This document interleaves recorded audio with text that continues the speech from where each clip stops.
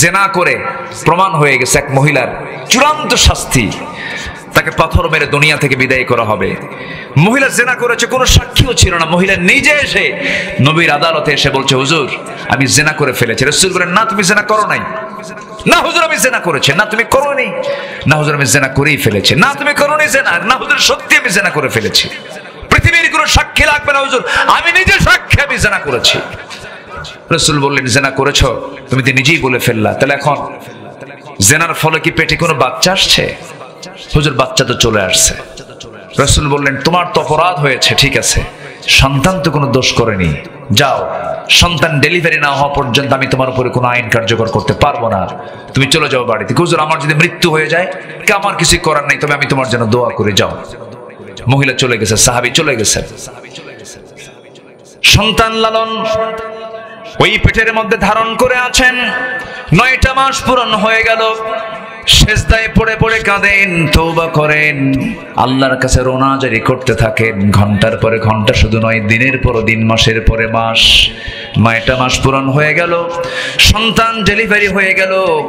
ব্যাখ্যা এসেছে এই মহিলা করলেন কি, 3 দিন 2 দিন পরে নয়, মাত্র একটা দিন পর, ডেলিভারির একটা দিন পরে সন্তানটা বাসায় রেখে সোজা নবীর আদালতে গেলেন। গিয়ে বলছেন, ইয়া রাসূলুল্লাহ আপনি আদালত কায়েম করেন, আপনি আমার উপর আদালত কায়েম করুন। কেন? সন্তান ডেলিভারি হয়ে গেছে, আপনি আমার উপর আইন কার্যকর করে দেন। আমার রাসূল বলেন, মহিলা সন্তান যে ডেলিভারি হয়েছে সেই সন্তানটা বাড়িতে জীবিত না মৃত রেখে এসেছে? হুজুর সন্তান তো জীবিত। রাসূল বলছেন, হাউলাইনি কামিলাইন, সন্তানকে অবশ্যই 2 বছর দুধ পান করাতে হবে। হুজুর এত লম্বা সময় যদি আমি মরে যাই, রাসূল বলেন, আমি তোমার জন্য দোয়া করে যাও। মহিলা আবার চলে আসতে বাধ্য হলেন। একজন আসামি, এত বড় একজন আসামি হওয়ার পরেও তার জন্য কোনো পুলিশ লাগলো না, প্রশাসন লাগলো না, কোনো জেলখানাও লাগলো না, কারণ ওই বান্দার মধ্যে ভয় কাজ করেছে একমাত্র কার? আসতে বলবেন না কার? আল্লাহর ভয়। ভুল করেছেন আবার অনুতপ্ত হয়েছেন, এটা হচ্ছে ইমানদারের গুণ। সন্তানকে দুধ পান করালেন, 6টা মাস চলে গেছে। 6টা মাসের মধ্য দিয়ে সন্তানকে টোটালি দুধের অভ্যাস বন্ধ করে অন্য খাবারের প্র্যাকটিস গড়ে তুলে এবারে 3য়বারের মতো মহিলা সন্তানটাকে কোলের মধ্যে করে নিয়ে নবীর সামনে হাজির হয়ে বলছেন, হুজুর আজকে সন্তান সহ চলে আসছি। এই যে সন্তান দেখতে পাচ্ছেন, এই সন্তানটা আর আমার বুকের দুধ খাওয়ার প্রয়োজন হবে না, অন্য খাবার খাওয়া শিখেছে। আর দেরি করবেন না হুজুর, 3য়বারের মতো আপনার আদালতে হাজির হলাম, আপনি আজকে আমার উপরে শাস্তি কার্যকর করে দেন। আমার নবীজি বলছেন, ও মহিলা সন্তানটা আমার হাতে তুলে দাও। সন্তান নবী তার হাতের মধ্যে উঠায় নিলেন, উঁচু করে ধরলেন এবং বলছেন, ও সাহাবীরা এই যে সন্তানটা আমার হাতে দেখতে পাচ্ছ, এই সন্তানের লালন পালনের দায়িত্ব যে বান্দা গ্রহণ করবে, আমি রাসূল ওয়াদা করছি সেই বান্দার সাথে আমি জান্নাতের মধ্যে 2 নখের দূরত্ব অবস্থান করব। জোরে বলে সুবহানাল্লাহ। দৌড় মেরে কয়েকজন সাহাবী চলে এলেন, একজনের কোলে রাসূল ওই সন্তানকে দিয়ে দিলেন। আমার নবীজির চোখে পানি টলমল করছে, নবীজি কাঁদতেছেন আর এইদিকে অর্ডার দিচ্ছেন, কোনো কথা নাই, কারণ জেনার শাস্তিতে ইসলাম নিশ্চিত করে দিয়েছে। এবার রাসূল বলছেন, মহিলাকে নিয়ে যাও, উন্মুক্ত মরু প্রান্তরে বুক পর্যন্ত পুঁতে রেখে পাথর মেরে তাকে শেষ করে দাও। এটা কার হুকুম? আসতে বলবেন না কার হুকুম? জেনা আছে যেখানে অসুখ আছে সেখানে জেনা আছে, যেখানে রোগ আছে সেখানে জেনা আছে, যেখানে অশান্তি আছে সেখানে এই অশান্তিকে দূর করার জন্য, রোগ মুক্ত সমাজ করার জন্য জেনার শাস্তি একমাত্র ইসলাম যা নিশ্চিত করেছে এটার মধ্যে মহাকল্যাণ নিহিত। অনেকে বুঝতে চায় না, বোঝার চেষ্টাও করে না। আমার বন্ধুগণ, আজকের দুনিয়াতে জেনার ফলে অসুখ বিসুখ দুনিয়াতে সবচেয়ে কম না সবচেয়ে বেশি? সবচেয়ে বেশি। গোটা দুনিয়াতে মানুষ আজকে রোগী হয়ে গেছে, একমাত্র মূল কারণ হলো অবাধ যৌনাচারের কারণে, নিয়ন্ত্রণহীন যৌনাচারের কারণে, ইসলাম অনুশাসন না মেনে চলার কারণে। আমার নবীজি কাদা কাদা কণ্ঠে বলছেন, ও সাহাবীরা এই মহিলাকে নিয়ে যাও, বোরকা পরায়া দিয়া বুক পর্যন্ত পুঁতে রেখে তাকে পাথর মেরে শেষ করে দাও। যখন পাথর মারা হচ্ছিল আমার নবীজির কানে সংবাদটা চলে আসছে, ওই সাহাবী ওই মহিলা পাথরের আঘাত সহ্য করতে না পেরে গর্ত থেকে উঠে এক পর্যায়ে দৌড় মারা শুরু করেছিলেন। আবার সাহাবীরা তাকে ধরে এনে বুক পর্যন্ত পুঁতে রেখে পাথর মেরে তাকে শেষ করে দেওয়া হলো, শেষ করে ফেললেন। সাহাবে কেরাম সাইয়েদনা আলী রাদিয়াল্লাহু আনহু নবীর সামনে দাঁড়িয়ে বলছেন, ইয়া রাসূলুল্লাহ ওই মহিলাকে যখন পাথর মারছিলাম, ওই মহিলার শরীর থেকে ছিটকে সে কিছু নাপাক রক্ত আমার গায়ে এসে লাগলো। নাসিকে কঞ্চিত করলেন, নাক শিকায় তুলে তাকে লানত করছিলেন। রাসূল কাদা কাদা কণ্ঠে বলছেন, আলী, কোন মহিলার রক্তকে নাপাক রক্ত বলো? তুমি কি জানো ওই মহিলার রক্ত জমিনে স্পর্শ করার পূর্বে আল্লাহ তাআলা তাকে জান্নাতের মেহমান বানিয়ে দিয়েছে, আল্লাহ তাকে মাফ করে দিয়েছে। আবার একজন সংবাদ দিয়ে এনে বলল, হুজুর, আমরা ওই মহিলাকে যখন পাথর মারছিলাম সহ্য করতে না পেরে সঙ্গে সঙ্গে সে উঠে দাঁড়িয়েছিল, সেই গর্ত থেকে উঠে সে দৌড় মারতেছিল। রাসূল আবেগ আপ্লুত হয়ে বললেন, তোমরা তাকে কেন ছেড়ে দিলা না? তোমরা তাকে কেন ছেড়ে দিলে না? যদি এটা শরীয়ত সম্মত কথা নয়, কিন্তু মানবতার জন্য দয়ার সাগর যে তিনি, দয়া দেখিয়ে তিনি এই কথা বলে ফেলেছেন। আসসালামু আলাইকুম ওয়া রাহমাতুল্লাহি ওয়া বারাকাতুহু।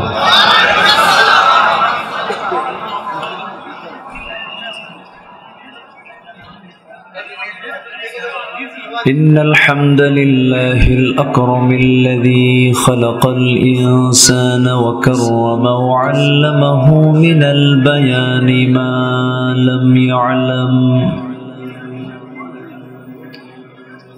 فسبحان الذي لا يحصى امتنانه باللسان ولا بالقلم. نشهد أن لا إله إلا الله وحده لا شريك له، ونشهد أن سيدنا وحبيبنا ومولانا محمدا عبده ورسوله الذي أرسله بالحق بشيرا ونذيرا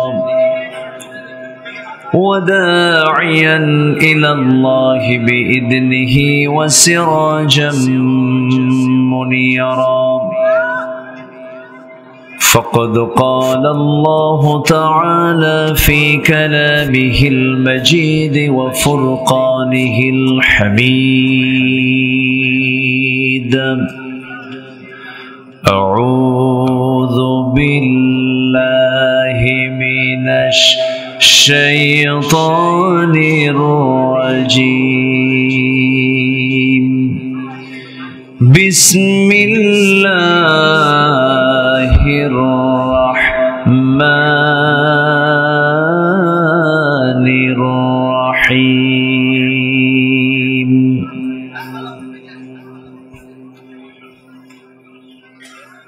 يا أيها النبي إنا أرسلناك شاهدا ومبشرا ونذيرا.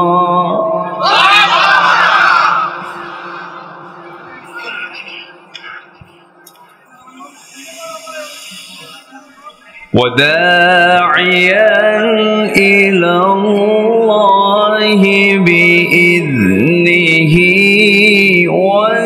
وسراجا منيرا.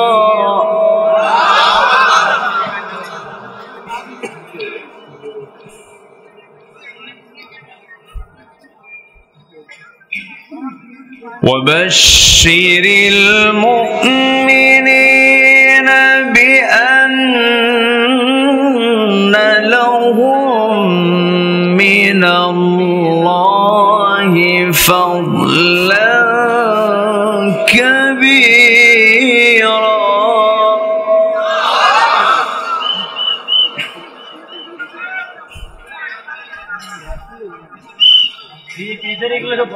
ولا تطع الكافرين والمنافقين ودع أذاهم وتوكل على الله.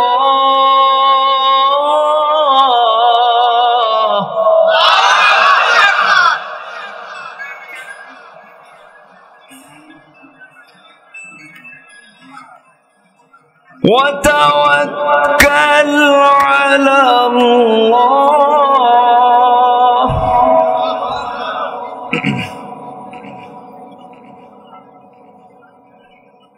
وتوكل على الله وكفى بالله وكيلا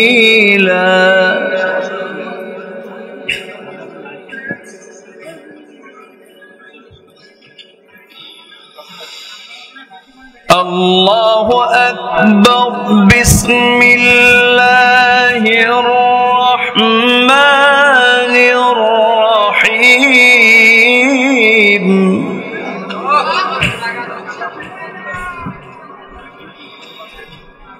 إن الله وملائكته يصلون على النبي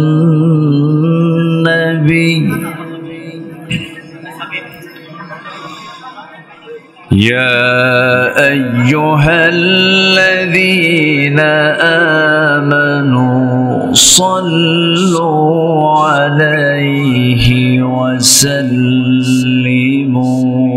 تسليما اللهم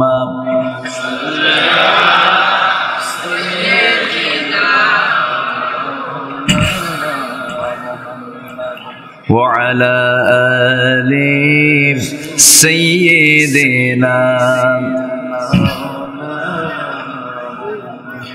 একটু মোহাব্বত দিয়ে নবীর প্রেমে মাতোয়ারা হয়ে জবান খুলে আওয়াজ দিয়ে সবাই বলুন আল্লাহুম্মা সাল্লি আলা সাইয়্যিদিনা ওয়া আলা আলি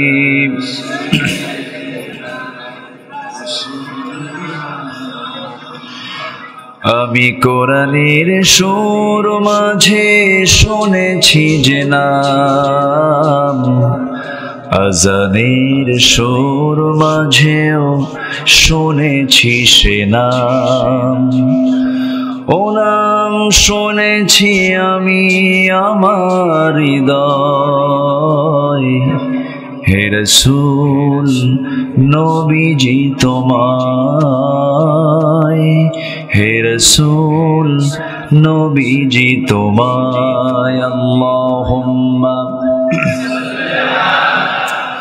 কেমন যেন করতেছে একটু পরিমাণ বেশি না মাউথ বেশি ভালো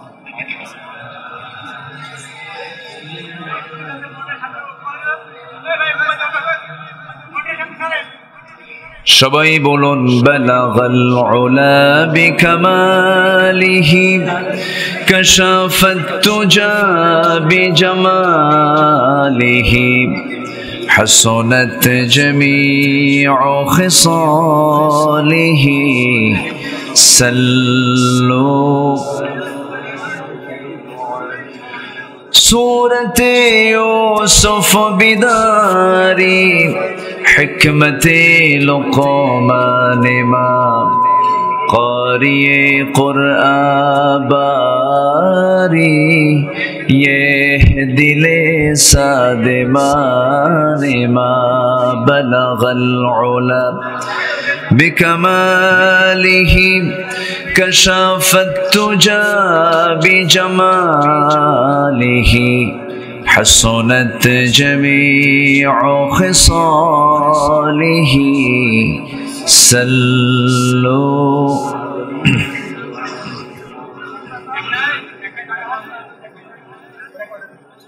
দেশের দক্ষিণ পশ্চিমাঞ্চল বৃহত্তর যশোরের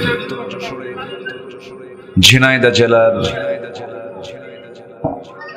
মহেশপুর নতুন কোলা মানবতায় যুব সংঘ হিফজুল কোরআন আদর্শ মাদ্রাসার উদ্যোগে আয়োজিত দ্বিতীয় বার্ষিকী তাফসীরুল কোরআন মাহফিল 2024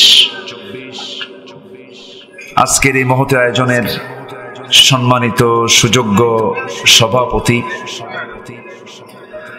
আজকের মাহফিলের বরেণ্য সাহেবে সাদর আজকের মাহফিলের প্রধান অতিথি ইসলামী আন্দোলনের অন্যতম সিপাহসালার বিশিষ্ট শিক্ষাবিদ, গবেষক, জননেতা, অধ্যাপক মতিয়ার রহমান হাফিজাহুল্লাহ। আজকের মাহফিলের বরেণ্য অতিথিবৃন্দ, বিশেষ করে আমার পূর্বে কথা বলেছেন আমার অনুজ, আমার স্নেহধন্য নন্দিত আলেমে দ্বীন মাওলানা রবিউল ইসলাম খুলনা। উপস্থিত আজকের মাহফিলের প্রধান আকর্ষণ, যাদেরকে নিয়ে আজকের এই সাজানো গোছানো বর্ণাঢ্য আয়োজন, কালেমার ঝান্ডাবাহী, তাওহীদের পতাকাবাহী, দ্বীন ইসলামের নরসারদুল বীর মুজাহিদ, প্রাণ প্রিয় সম্মানিত দ্বীনি ভাইরা, আড়ালে বসে আছেন শ্রদ্ধেয়া সম্মানিতা মা বোনেরা।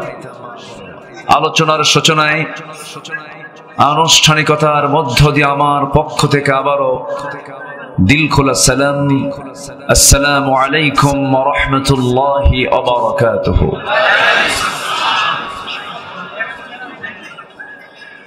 সালামের জবাব একটু দুর্বল মনে হচ্ছে, মনে হয় সবাই ক্লান্ত মনে হচ্ছে। আসসালামু আলাইকুম ওয়া রাহমাতুল্লাহ। সবাই কেমন আছেন? আল্লাহ তাআলা আমাকে আপনার মতোই রেখেছেন, বলছি আলহামদুলিল্লাহ। এখন আর মাহফিল করতে অনুমতি লাগে না। অনুমতি লাগে? যাদের কাছ থেকে আপনি অনুমতি নিতে যাচ্ছিলেন তারাই তো নাই। আছে তারা? নাই তো। আল্লাহ তাআলা কোরআনের জন্য এমন সুন্দর একটি অনুকূল পরিবেশ তৈরি করে দিয়েছেন। এটা কার মেহেরবানি বলেন তো? কার সাহায্য? নাসরুম মিনাল্লাহি ওয়া ফাতহুন করিব। আল্লাহর সাহায্য দূরে না, আল্লাহর সাহায্য খুব নিকটে। শুধু আল্লাহর পক্ষ থেকে বান্দার কাছ থেকে প্রত্যাশা হলো, আল্লাহর প্রত্যাশা বান্দার কাছে হলো একটু ঈমান ভালো করে আনো। ঈমানটা ভালো করে আনলে আমি তোমার হাতে বিজয় তুলে দেব। কার কথা? আল্লাহর কথা। বসতে পেরেছি জান্নাতের টুকরায়, শুকরিয়া আদায় করছি, জবান খুলে বলছি আলহামদুলিল্লাহ, চিৎকার মেরে বলছি আলহামদুলিল্লাহ। সবাই বলছে আল্লাহুম্মা ইন্নী আসআলুকা আল হুদা ওয়াত তুকা ওয়াল আফাফা ওয়াল গিনা। সবাই বলি আল্লাহুম্মা লাকা আসলামতু ওয়া বিকা আমানতু ওয়া আলাইকা তাওয়াক্কালতু। আমরা আল্লাহ তাআলার শুকর আদায় করে নিলাম। সম্মানিত হাজিরিন, আমার উঠতে দেরি হয়ে গেছে। এখন তো শোনার সময়, এখন যাওয়ার সময়। ঠিক তো কইছেন, আমি তো বিপদে পড়ে গেলাম। ঠিক করে তো আপনি দৌড় মারবেন। এখন যেহেতু উঠতে দেরি হলো, আমাকে ছেড়ে শেষ দোয়া না করে কেউ কি যাওয়ার নিয়ত করেছেন? আবার বলেন, যাওয়ার নিয়ত করেছেন? যাওয়ার নিয়ত করেছেন? না জয়যুক্ত হয়েছে, না জয়যুক্ত হয়েছে। ঠিক আছে না? বলি আলহামদুলিল্লাহ। তাহলে আমরা কেউ উঠবো না। আমাদের শেষ কাজ হবে হলো কি দিয়া? বলুন কি দিয়া? মোনাজাত দিয়ে, দোয়া দিয়ে আমরা শেষ ফিনিশিং আজকে আমরা দিতে চাই। ওয়ামা তাওফীকি ইল্লা বিল্লাহ আলাইহি তাওয়াক্কালতু ওয়া ইলাইহি উনীব। আমার আগে আমার স্নেহধন্য রবিউল ইসলাম, গায়ে শক্তিও বেশি, তো গোশতও বেশি, শক্তিও বেশি। আমার গায়ে তো হাড় হাড্ডি ছাড়া কিছু নাই। আমার আওয়াজ একটু কম হবে, সে তো বড় আওয়াজ দিয়ে কথা বলেছে, আলহামদুলিল্লাহ। তা আমি কিছু আয়াত তেলাওয়াত করেছি। তাফসীর মাহফিল তো কিছু হক আদায় করা দরকার। শুধু চিল্লাচিল্লি করলেই যে হক আদায় হয় তা কিন্তু না। কোরআনের কিছু নির্যাস, কিছু কথা, কিছু আমল। আমার রাসূল যখন কথা বলতেন সাহাবীদের চোখ থেকে টপ টপ করে পানি পড়তো। আমার নবীজির বয়ান শুনে সাহাবীদের বুকটা থরথর করে কাঁপতে থাকতো। নিঃসন্দেহে সেই সমস্ত কথাগুলো কিন্তু বড় আওয়াজের ছিল না, খুব মিষ্টি আওয়াজের কথাগুলো ছিল। তো এখানে যারা বসে আছেন, আমরা মূলত শুনতে এসেছি, নিতে এসেছি কিসের খোরাক? বলেন কিসের খোরাক নিতে এসেছি? কোরআনের খোরাক আমরা নিতে এসেছি। একটু ধৈর্য নিতে হবে। আগে ধৈর্য নিয়ে, ধৈর্যের মানসিকতা নিয়ে আমাদের বসতে হবে। একটু কান লাগান, মনোযোগ দিয়ে আমরা কথাগুলো শুনি। শোনেন, আলেমরা তো পালায় না। আলেমরা পালায়? সারা জীবন আমাদেরকে গালমন্দ করলো ওরা, কত গালিগালাজ দিল, কিন্তু আলেমরা কিন্তু পালায়নি, পালাতে পারে না। আলেমরা দেশকে ভালোবাসে, দেশের মানুষকে ভালোবাসে, দেশের স্বাধীনতাকে বিশ্বাস করে, সার্বভৌমত্বকে টিকে রাখতে চায়, এই দেশের মানুষকে প্রাণ দিয়ে ভালোবাসে। সম্মানিত ভাইরা, আলেমরা পালায় না। আল্লামা সাঈদী রাহিমাহুল্লাহ, তার সঙ্গে আমার 2009 সালে একই বছর হজ করার সুযোগ হয়েছে। 2009 সাল। ওনাকে বলা হলো আপনি দেশে না ফিরলেই ভালো হয়। কেন? ট্রাইব্যুনাল গঠন হচ্ছে, মামলা হবে, রায় হবে, জেল খাটতে হবে, অনেক কিছু। তিনি বললেন, জবাব দিতে নিয়ে বললেন, আমার দেশের জনগণ, আমার কর্মী জেল খাটবে আর আমি বিদেশে আরামে থাকবো? অসম্ভব। আমার দেশ ছেড়ে আমি কোথাও পালায় থাকতে পারি, এটা সাঈদীর ভূমিকা হতে পারে না। উনি দেশে বীরের বেশেই তিনি আবার প্রবেশ করেছেন। 13টি বছর মানবতার জীবন যাপন করে জেলখানার সেই প্রকোষ্ঠীর ভিতরে অমানবিক নির্যাতন চালিয়ে শেষ পর্যন্ত পরিকল্পিতভাবে তাকে হত্যা করা হয়েছে। সম্মানিত ভাইয়েরা, আলেমরা পালায় না। হাসিনা কি করলো? আস্তে কয়, আসে না পালাইছে? তাহলে পালায় কারা? যারা চোর, ঠিক কিনা? চুরি করেছে দেশে, দেশই চুরি করছে। 18 লক্ষ কোটি টাকা দেশের ঋণ এখন।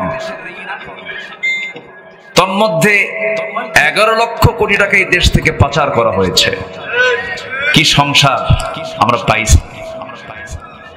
এমন সংসার যে সংসারের ঋণ হলো 18 লক্ষ কোটি টাকা, আর তার থেকে তারাই চুরি করে দেশ থেকে পাচার করেছে 11 লক্ষ কোটি টাকা। এটাই হচ্ছে দেশের ভালোবাসা। এই থাকুক নাই, ধমক টমক দিয়েন না। যে যেখানে আছে সেখানে থাকুক, কাউকে কোনো বাধা দিয়েন না। যে যেখানে আছে থাক, সমস্যা নেই, থাকুক। একটু সমস্যা হচ্ছে, কি করবেন এখন? একটু শৃঙ্খলা রক্ষার দায়িত্ব তো কি একার না সবার? একজন কি সবাই কি পারবে? সবাই সবার জায়গা থেকে স্বেচ্ছাসেবক। আমরা কেউ কারো কষ্ট হোক চুল পরিমাণ আমরা এটা মাথায় আনবো না। জি, জোরে বলি ইনশাআল্লাহ।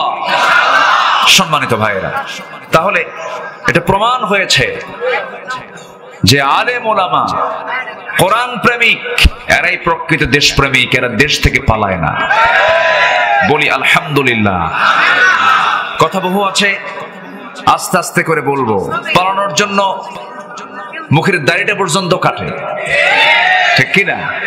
তাও দেশের কয় নাম্বার ধনী? বলেন কয় নাম্বার? কাইটা সফান সফা, সফান সফা। মাথার চুল ছিল সাদা, ওটা বানাইছে কালো, বুঝেন না? তাহলে ধর্মের ব্যবসা আলেমরা করে না ওরা করে? তাহলে এতদিন দাড়ি ছিল কি ওটা রাসূলের সুন্নাত দাড়ি না ধোঁকাবাজির দাড়ি? বুঝতে হবে। সব মুখোশ উন্মোচন হচ্ছে আস্তে আস্তে। যুব সমাজের রক্ত ঝরেছে বাংলার জমিনে, এই রক্ত বৃথা যাবে না তো? বলি ইনশাআল্লাহ। জোরে বলি ইনশাআল্লাহ। আল্লাহ আছেন না নাই? ছিলেন, আছেন, থাকবেন। চোররা থাকবে না, ডাকাত থাকবে না, কেউ ঠিকবে না, জালিম ঠিকে নাই, এরাও ঠিকবে না।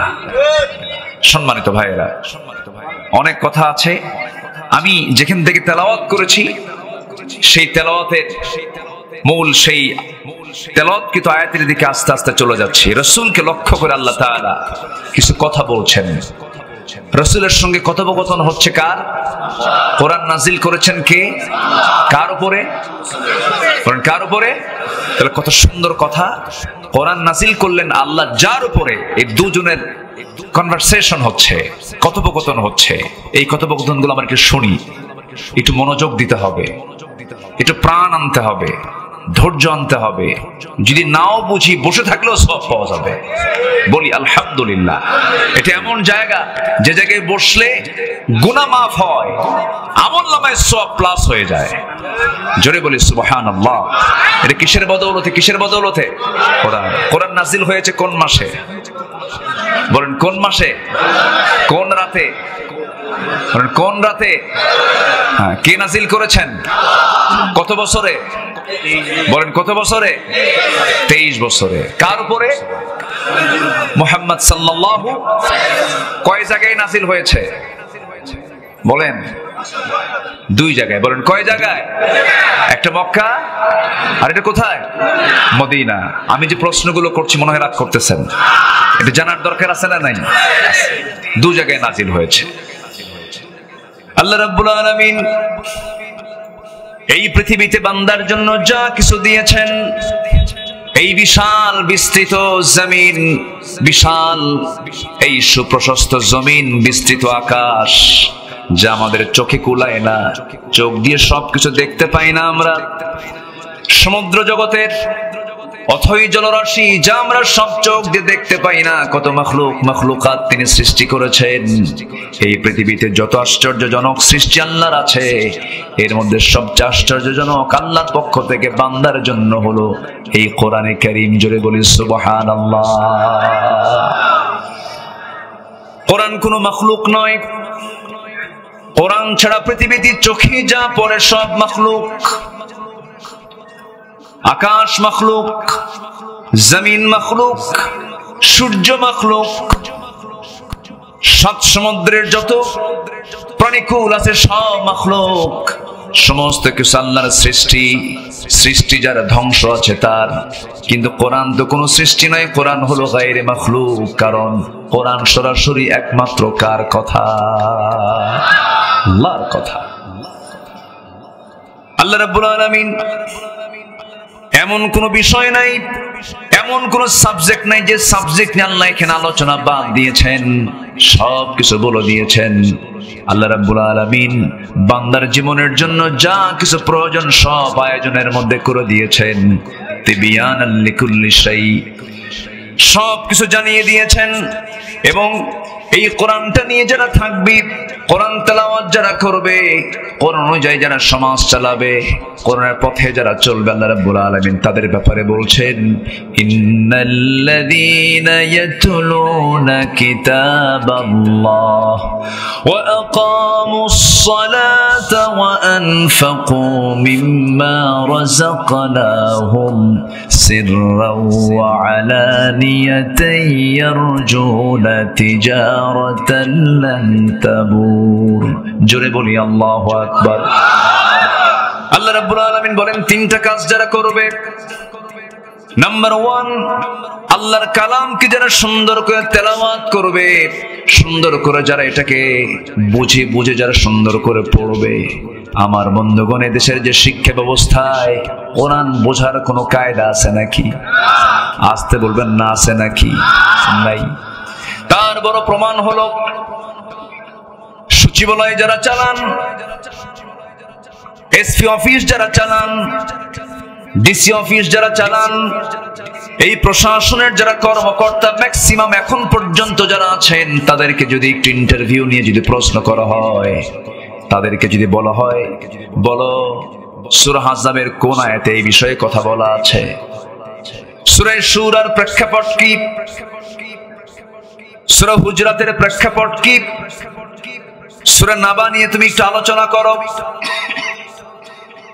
এই যে বড় বড় প্রশাসনিক কর্মকর্তাগুলো, তারা কেউ জবাব দিতে পারবে না, অথচ আল্লাহ রাব্বুল আলামিন প্রশাসন চালানোর জন্য যে সিস্টেম পদ্ধতি তিনি তার কালামে দিয়েছেন কি দেন নাই? আসতে বলেন, দিয়েছেন কি দেন নাই? দিয়েছেন। আমার বন্ধুগণ,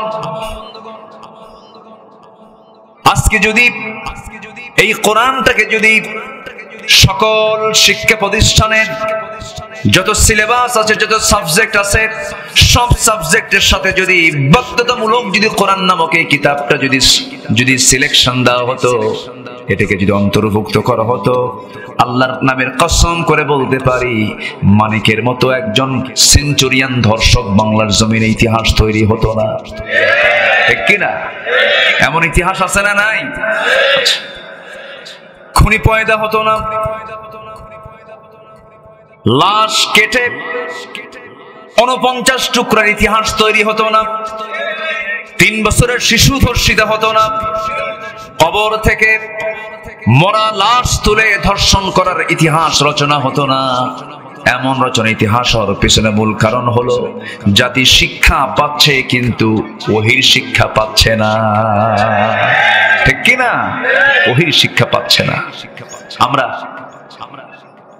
এই বিষয়টা অত্যন্ত যত্নের সাথে খেয়াল করব, আমার সন্তান কোরআন থেকে বঞ্চিত হচ্ছে কিনা, কোরআনের ইলম থেকে আমার সন্তান ছিটকে পড়ছে কিনা। আপনার ছেলে জজ, ব্যারিস্টার, এসপি, এমপি, ডিসি, সচিব, অনেক বড় বড় মেজর, অনেক কিছু হলো, কিন্তু কোরআন জানলো না, আপনার চুল পরিমাণ কোন উপকার আপনার জীবনে আসবে না। এই সন্তান উপকার আসবে কোন সন্তান দিয়ে? যে সন্তানকে আজকে মাথায় দাস্তারবন্দি দিয়ে মাথায় পাগড়ি পরানো হলো, 30 পারা কোরআন তার সিনার মধ্যে আল্লাহ তাআলা তুলে দিয়েছেন। জোরে বলি সুবহানাল্লাহ। কোরআন কেউ মুখস্থ করতে পারে না, কোরআন মুখস্থ করায় দেন কে? ইন্না লা তুহাররিক বিহি লিসানাকা লিতা'জালা বিহি ইন্না আলাইনা জামাআহু ওয়া কুরআনাহ। হে রাসূল, আপনার মুখস্থ করার জন্য এত অস্থির হওয়ার দরকার নাই, আমি আল্লাহ নিজে আপনার সিনার মধ্যে কোরআনটাকে জমা করে দেব। তাহলে হাফেজরা হাফেজ হয় না, আল্লাহ জমা করে দেয়। জমা করে দেন কে? এই হাফেজদের প্রতি জুলুম করা হয়েছে। শাপলা চত্বরে হাফেজদেরকে গুলি করে হত্যা করা হয়েছে। আমরা ইতিহাস বলিনি। ইতিহাসগুলো যদি টেনে উঠানো যায়, এখানে ঘন্টার পরে ঘন্টা বলে শেষ করা যাবে না ওদের অপকর্মগুলো। একটা দুইটা নয়। আচ্ছা, আপনার বলেন তো, আপনার কি মনে হয় আমার জন্ম 71 সালের আগে? মনে হয় আপনাদের? 2013 সালে রাজশাহীর বাগমারা মাহফিল, আমার রাজশাহীর বাগমারাতে 2013 সাল। আমি মাহফিলের কাছাকাছি গেলাম, সেখানকার স্থানীয় ভারপ্রাপ্ত ওসি আমাকে ফোন দিয়ে বলছেন, হুজুর আপনার এই মাহফিল আজকে আসা যাবে না। কেন? আপনি রাজাকার। আমি কি? আচ্ছা, রাজাকার হতে হলে 71-এর পরের লোক হতে হবে না আগের লোক হতে হবে? তাও হতে হবে 15 বছরের নিচে না উপরে। ঠিক আছে না? তাই বললাম, ভাইজান আপনি যে আমাকে রাজাকার বললেন, আপনি কি আমাকে দেখেছেন? না দেখি নাই, শুনছি। এদের সাক্ষী তো দেখে না, এদের সাক্ষী কি করে? শোনে। সাক্ষীর জন্য কি শোনা দরকার না দেখা দরকার? দেখা দরকার। তো বললাম যে আপনি যে আমাকে যেই তোকমাটা লাগানোর চেষ্টা করছেন, যে অভিযোগ দেওয়ার অপচেষ্টা করছেন, আপনি কি জানেন 1971 সালে আমার মারই বিয়ে হয় নাই। আমার মারই বিয়ে হয়নি। তাহলে এই যে মানে নির্জলা মিথ্যা কথা, মিথ্যা প্রচারণা, মিথ্যা অপবাদ চাপিয়ে দিয়ে নিরীহ মানুষগুলোকে 16টি বছর মামলা দিয়ে এই জেল খাটানো হলো, অবশ্যই শুধু কি জুলুম না বড় জুলুম? শুধু জুলুম না বড় জুলুম? 2018 সাল হঠাৎ করে আমাকে গ্রেফতার করা হলো। আমি জেলখানায় ঢুকলাম, যে দেখি 86 বছরের এক বুড়া চাচা। বললাম, চাচা আপনি খুব হাসি খুশি? কে বাবা, জেলখানা দেখি নাই কোনোদিন, এই চান্সে দেখতে আসছে।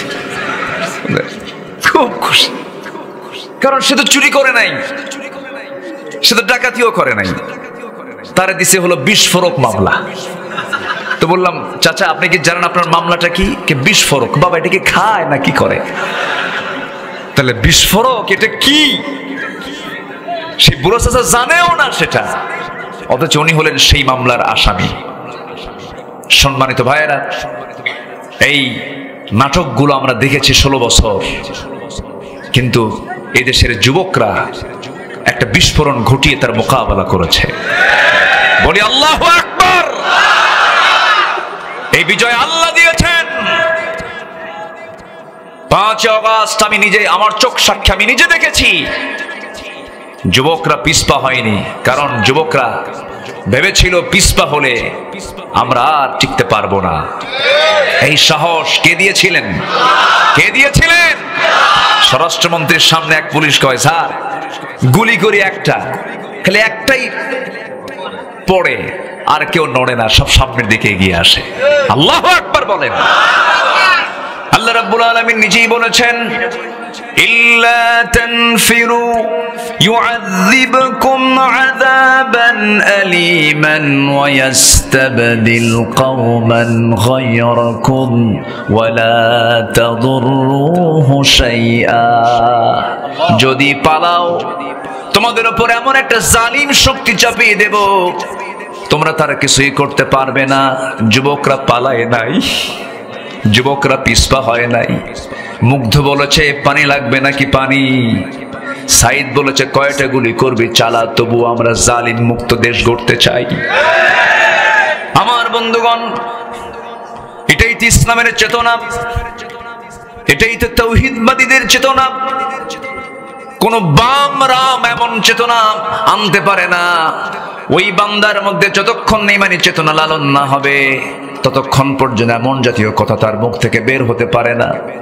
আমার ভাইয়েরা, এটাকে টিকে রাখার জন্য একটা আদর্শিক সংগ্রামের দিকে এগিয়ে যেতে হবে। সেটা হলো নবীজির আদর্শকে সমাজে বাস্তবায়ন করতে হবে, নবীজির আদর্শকে লালন করতে হবে।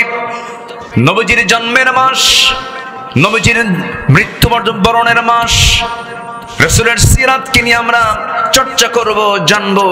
শুধু জানলেই হবে না, সিরাতটাকে নিজের জীবনে বাস্তবায়ন করব। আল্লাহ রাব্বুল আলামিন তার রাসূলকে লক্ষ্য করে সরাসরি কথা বলছেন, কথোপকথন হচ্ছে। আল্লাহ তাআলা বলছেন কি সূরাতুল আহজাব, সূরাতুল আহজাব। আহজাব মানে হলো দল সমূহ, পার্টিজ, দল সমূহ, দল সমূহ, একটা না অনেক দল। খন্দকের যুদ্ধকে আহজাবের যুদ্ধ বলা হয়। অনেক লম্বা প্রেক্ষাপট, মাহফিল 4-5 দিন নিয়ত করতেছি, রবিউল সাজাবো ইনশাআল্লাহ। মাহফিল এক জায়গায় 5 দিন করে হবে একটা জেলায়, কেমন হয়? ভালো হয় না? তাহলে তাফসীরের হকটা আদায় হয়, একটা আয়াতের হক আদায় হয়, সময় নিয়ে কথা বলা যায়। এজন্য আল্লামা সাঈদী তো আল্লামা সাঈদী, তিনি সকল কিছুরই তিনি একজন মডেল। বলি আলহামদুলিল্লাহ। তিনি মাহফিলে উঠতেন 10টায় না 7টায়? বলেন 7টায়। তিনি শেষ করতেন 9টায়। নামাজও হতো, ওয়াজও হতো। আর এখন আমি উঠছি 11টায়। ফজর নামাজটা হলো ঝুঁকিপূর্ণ, ডেঞ্জারাস টাইম। এত লং টাইমে ওয়াজ শেষে আপনি কেন, আমিও যদি বাড়িতে ফিরতে নেই, মানুষের তো ঘুমের একটা ডিমান্ড, তার দৈহিক চাহিদা আছে না নাই বলেন তো? আচ্ছা, হুঁশ থাকে না। ঘুম আসলে কি হুঁশ থাকে নাকি? ঘুম আসলে হুঁশ থাকে? হুঁশ থাকে না। এই জন্য সবকিছু কি সময় টাইম সিলেকশনের মধ্য দিয়ে করা উচিত। আমরা মাহফিলের এই টাইম সিলেকশন নিয়ে আমরা জাতীয়ভাবে বসেছি। দেখা যাক এই ব্যাপারে আমরা চিন্তা ভাবনা করবো ইনশাআল্লাহ। বলেন ইনশাআল্লাহ। কারণ অসময়ে কথা বলে কোনো লাভ হয় না। এই সময়টা কিন্তু ঘুমের সময়, ক্লান্তি চলে আসছে অনেকের, ঘুম ঘুম ভাব আসছে, আর মনে মনে ভাবতেছে হুজুর শেষ করবে কখন, বাড়ি যাবো কখন, এরকম চিন্তা আসছে। কোনো সমস্যা নাই তো? আজকে আসি তো ইনশাআল্লাহ? সবাই সময় দিচ্ছেন তো? জোরে বলি ইনশাআল্লাহ। বলি আলহামদুলিল্লাহ। মহেশপুর বহু আগে এসেছে 2012 সালে, এর পরে আর আসতে পারিনি। মাহফিল অনুমতি দেয় না। সম্মানিত ভাইয়েরা, সেদিন এক ডিএসি আমার ফোন দিয়ে, হুজুর আমার একটু দেখেন। আমার ফোন দিয়ে কয়। আমি বললাম আপনি ডিএসি মানুষ, আপনি আমি কি দেখবো, আপনি তো পাওয়ার রেখে। না হুজুর, আমরা পাওয়ারলেস। সম্মানিত ভাইরা, আমরা ক্ষমতার দম্ভ দেখাই না। ক্ষমতার দম্ভ, টাকার অহংকার, ক্ষমতার অহংকার দেখাই হলো শয়তানের দলের লোকেরা। আমাদের নীতি হলো প্রতিশোধ না ক্ষমা, প্রতিশোধ না ক্ষমা। রাসূল ক্ষমা করে দিয়েছেন, কিন্তু সবাইকে ক্ষমা করেননি। কিন্তু রাসূল মক্কা বিজয় যখন হলো, রাসূল মক্কায় ঢুকলেন, বললেন সবাইকে মাফ করলাম এক্সেপ্ট 17%।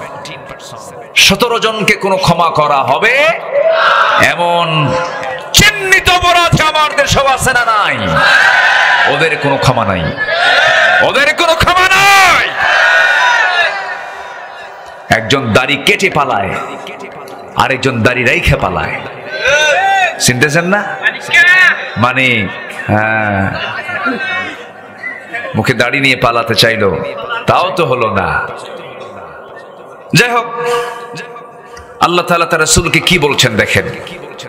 আমরা কোরআনের আলোকে রাসূলের 15টা চরিত্র আজকে শিখে যাব। কয়টা চরিত্র শিখে যাব আজকে বলেন তো? 15টা চরিত্র শিখে যাব। আমল না করার নিয়তে না করার নিয়তে? করার নিয়তে। জোরে বলি ইনশাআল্লাহ। একটু কান লেগে শুনবেন, কথাগুলো খুব দামি কথা। আমি আব্দুল্লাহ আমিন, আমার কথা না। কার কথা? এই কথাগুলো যদি কেউ শুনতে মাহরুম হন, আমি ভাববো উনি পোড়া কপাল। একটু মনোযোগ দিয়ে শোনেন, একটু মনোযোগ দিতে হবে। আল্লাহ রাব্বুল আলামিন তার রাসূলকে লক্ষ্য করে বলছেন, ইয়া আইয়ুহান নাবিয়্যু ইন্না আরসালনাকা শাহিদান ওয়া মুবাশশিরান ওয়া নাযীরান ওয়া দাঈয়ান ইলাল্লাহি বিইذনিহি ওয়া সিরাজাম মুনীরা। জোরে বলুন আল্লাহু আকবার। হে নবী, আমি আপনাকে পাঠিয়েছি দুনিয়াতে, সাক্ষী করে পাঠিয়েছি, সুসংবাদদাতা হিসেবে পাঠিয়েছি, ভীতি প্রদর্শনকারী হিসেবে পাঠিয়েছি, দাঈ হিসেবে পাঠিয়েছি। আপনাকে প্রদীপ্ত সূর্যের মতো জ্যোতি করে, আলো করে পাঠিয়ে দিয়েছি। আপনার অনেকগুলো দায়িত্ব আছে, আপনার অনেকগুলো কাজ আছে। আপনি মুমিনদেরকে কালেমার দাওয়াত দিবেন, আপনি বান্দাদেরকে দ্বীনের দাওয়াত দিবেন। এই দিনের দাওয়াত দিতে নিয়ে মানবীয় কিছু চরিত্র দরকার, কিছু গুণ দরকার, যে গুণগুলো আল্লাহ তাআলা রাসূলের মধ্যে 16 আনাই দিয়েছিলেন, 100% দিয়েছিলেন। এই পৃথিবীতে চারিত্রিক সনদ একজন ব্যক্তিকে আল্লাহ নিজে দিয়েছেন, তিনি হচ্ছেন মুহাম্মদ সাল্লাল্লাহু আলাইহি ওয়াসাল্লাম। দুনিয়ার কোন একাডেমি দেয় নাই, দুনিয়ার কোন ইনস্টিটিউট দেয় নাই।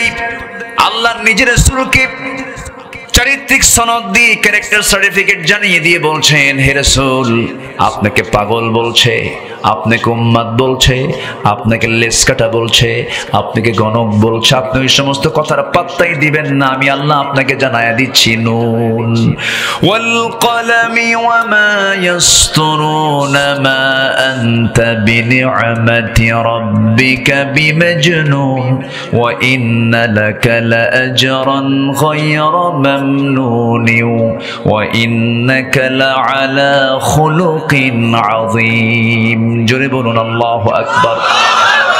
আপনাকে যে যা বলে বলুক, চুল পরিমাণ মনক্ষুণ্ণ হবেন না। আমি আপনাকে চারিত্রিক সনদ দিয়ে দিলাম, আপনি সীমাহীন চরিত্রের আধার। জোরে বলুন সুবহানাল্লাহ। যে চরিত্রে কোনো সীমা নাই, সীমাহীন চরিত্রে আপনি আধার। আমি আপনাকে গোটা মানব জাতির জন্য উসওয়া হাসানা করেছি।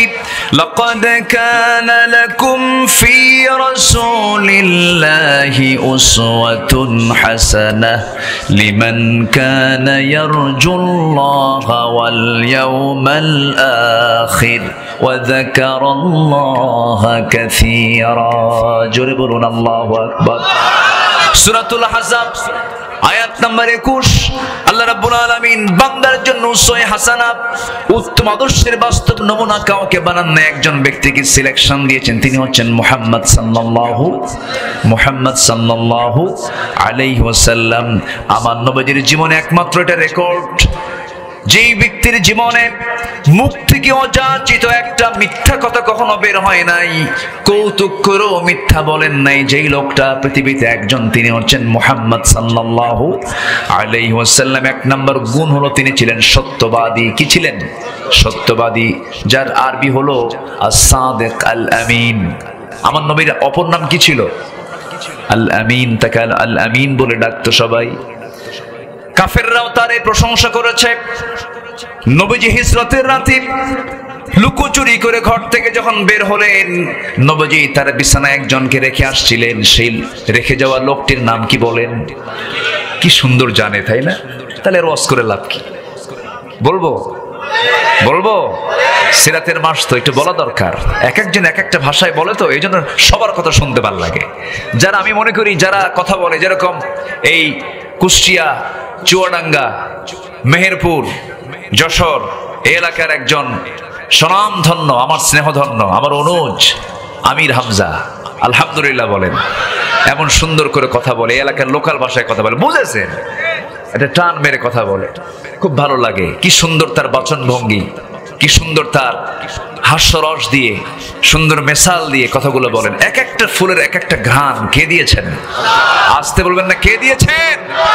আল্লাহ তুমি আমির হামজার জেহেন জবানকে তুমি আল্লাহ ইসলামের জন্য কবুল করো। জোরে বলি আল্লাহুম্মা আমিন। আমার একদিন বলে, ভাই আপনার ওয়াজের তো খুব ভক্ত। কে? আমার বউ। আপনার বউ আমার ভক্ত, এটা কেমন কথা? কেনা বলে যে আপনার ভাষা, আপনার বাচন ভঙ্গি, আপনার ভাষার শব্দগুলো অত্যন্ত স্পষ্ট সুন্দর, আমার তো এত সুন্দর হয় না। তা আমি বললাম আপনার সৌন্দর্য আলাদা, তবে হ্যাঁ আমির হামজার কথার সৌন্দর্য হচ্ছে তার মাতৃভাষা, জন্মস্থানের ভাষা দিয়ে, এটাই তার সৌন্দর্য বৃদ্ধি করে দিয়েছে। বলি আলহামদুলিল্লাহ। এক একটা ফুলের এক একটা ঘ্রাণ। আমার নবীজি হিজরতের রাতে লুকোচুরি করে বের হচ্ছেন। একজন বিশ্বনবী আড়াল হয়ে বের হচ্ছেন। কেন? তিনি কি চুরি করছিলেন? ডাকাতি করছিলেন? কারো ঘরে আগুন লাগাইছিলেন? না, বের হলেন একাকী, তাও লুকোচুরি করে। সামনে অস্ত্রে শস্ত্রে সজ্জিত আবু জেহেলের সন্ত্রাসী বাহিনীর সামনে দাঁড়ানো। আমার নবীজি বের হচ্ছেন, আলীকে ডাক দিয়ে বলছেন, আলী তুমি আমার বিছানায় থাকবা। কেন? এটার কারণ কিন্তু অনেকের কাছে স্পষ্ট নয়। কারণটা কি? কেন তার বিছানায় আলীকে রাসূল রেখে যাচ্ছেন?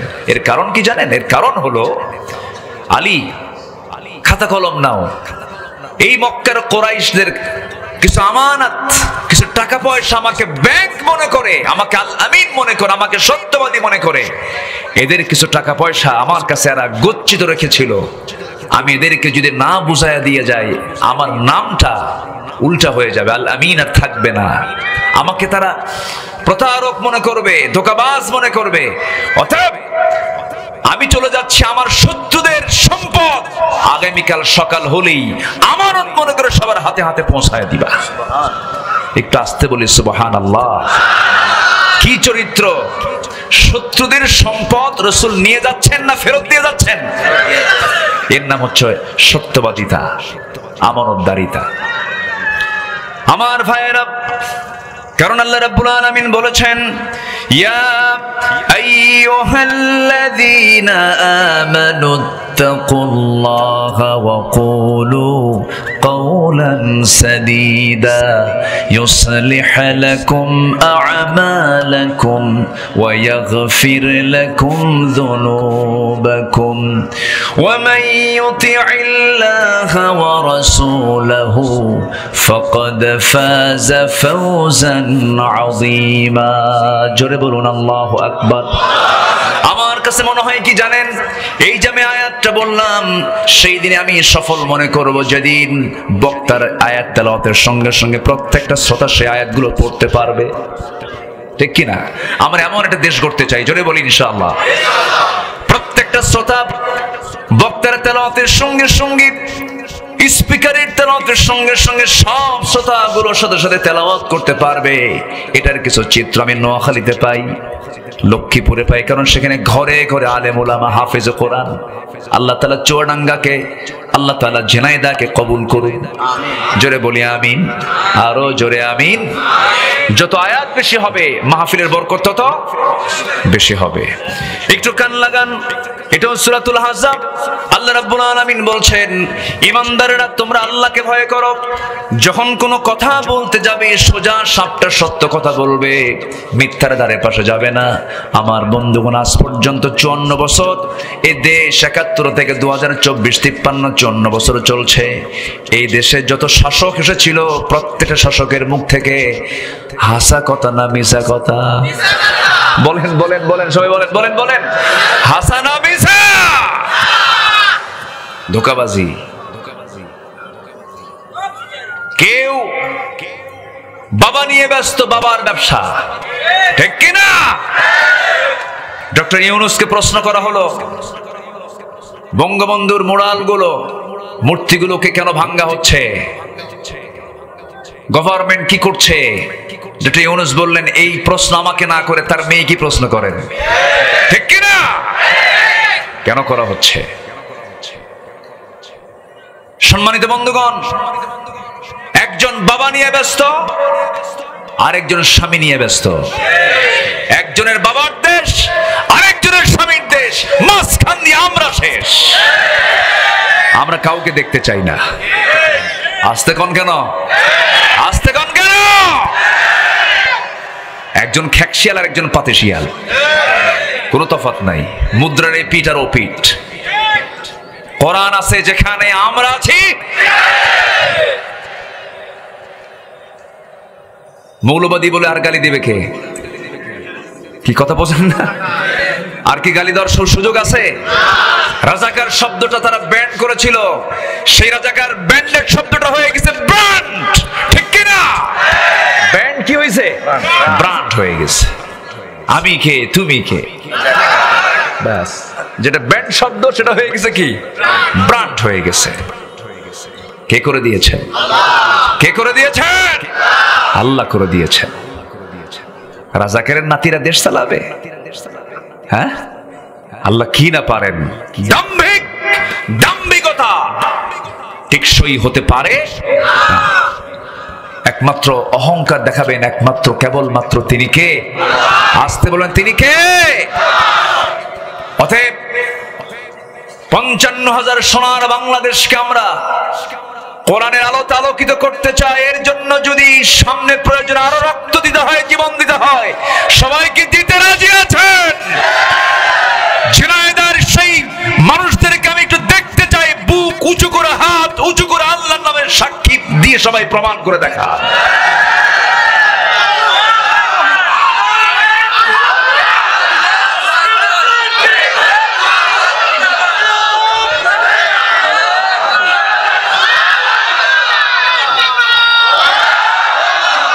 আল্লাহ তুমি সবাইকে কবুল করো। জোরে বলি আমিন, আরো জোরে আমিন। একটা মানুষ এই পর্যন্ত ওঠেন নাই, আমি আল্লাহর শুকরিয়া আদায় করছি, আলহামদুলিল্লাহ। আমি খুবই আনন্দিত আপনাদের ধৈর্য দেখে, আলহামদুলিল্লাহ। 15টা গুণ আমরা শিখে যাব আজকে। 1 নাম্বার হলো আমরা কি কথা বলবো? বলেন কি কথা? হুররিকতা ও মুযিকতা, টুকরো টুকরো করুক, আগুনে ভস্ম করে জ্বালিয়ে দিল, সত্য কথা ছাড়া মিথ্যা কথা মুখ থেকে বের করব না। আল্লাহর কসম করে বলি, আল্লাহর ওয়াদা, যে সত্য কথা বলবো আমি তাকে জান্নাতে ঢুকাবো। ফাকাদ ফাযা ফাওজান আযীমা, সূরাতুল আহজাব। আজকে যা তেলাওয়াত করতেছি সূরা আহজাব থেকে তেলাওয়াত করতেছি। এই আগে পরে সব 21 নম্বর আয়াত তেলাওয়াত করলাম, আবার শেষে আবার 33 নম্বর আয়াত তেলাওয়াত করে মিলায় দিলাম, 70 নম্বর আয়াত তেলাওয়াত করে মিলায় দিলাম। এখন আসেন নাম্বার 2, আমানতদারিতা। কি বলেন? আমানা, আমানতদারিতা। আমানতদারিতায় 100% ফুলফিল করেছেন যিনি, মুহাম্মদুর রাসূলুল্লাহ। মুহাম্মদুর রাসূলুল্লাহ। স্বামীর কাছে বউ একটা আমানত। বউ একটা কি? বউয়ের খেয়ানত করে এমন স্বামী মনে হয় জিনাইদা নাই, আছে না? নাই। খেয়ানতটা কি? বউয়ের সৌন্দর্য দেখার একমাত্র অধিকার কার? একার না সবার?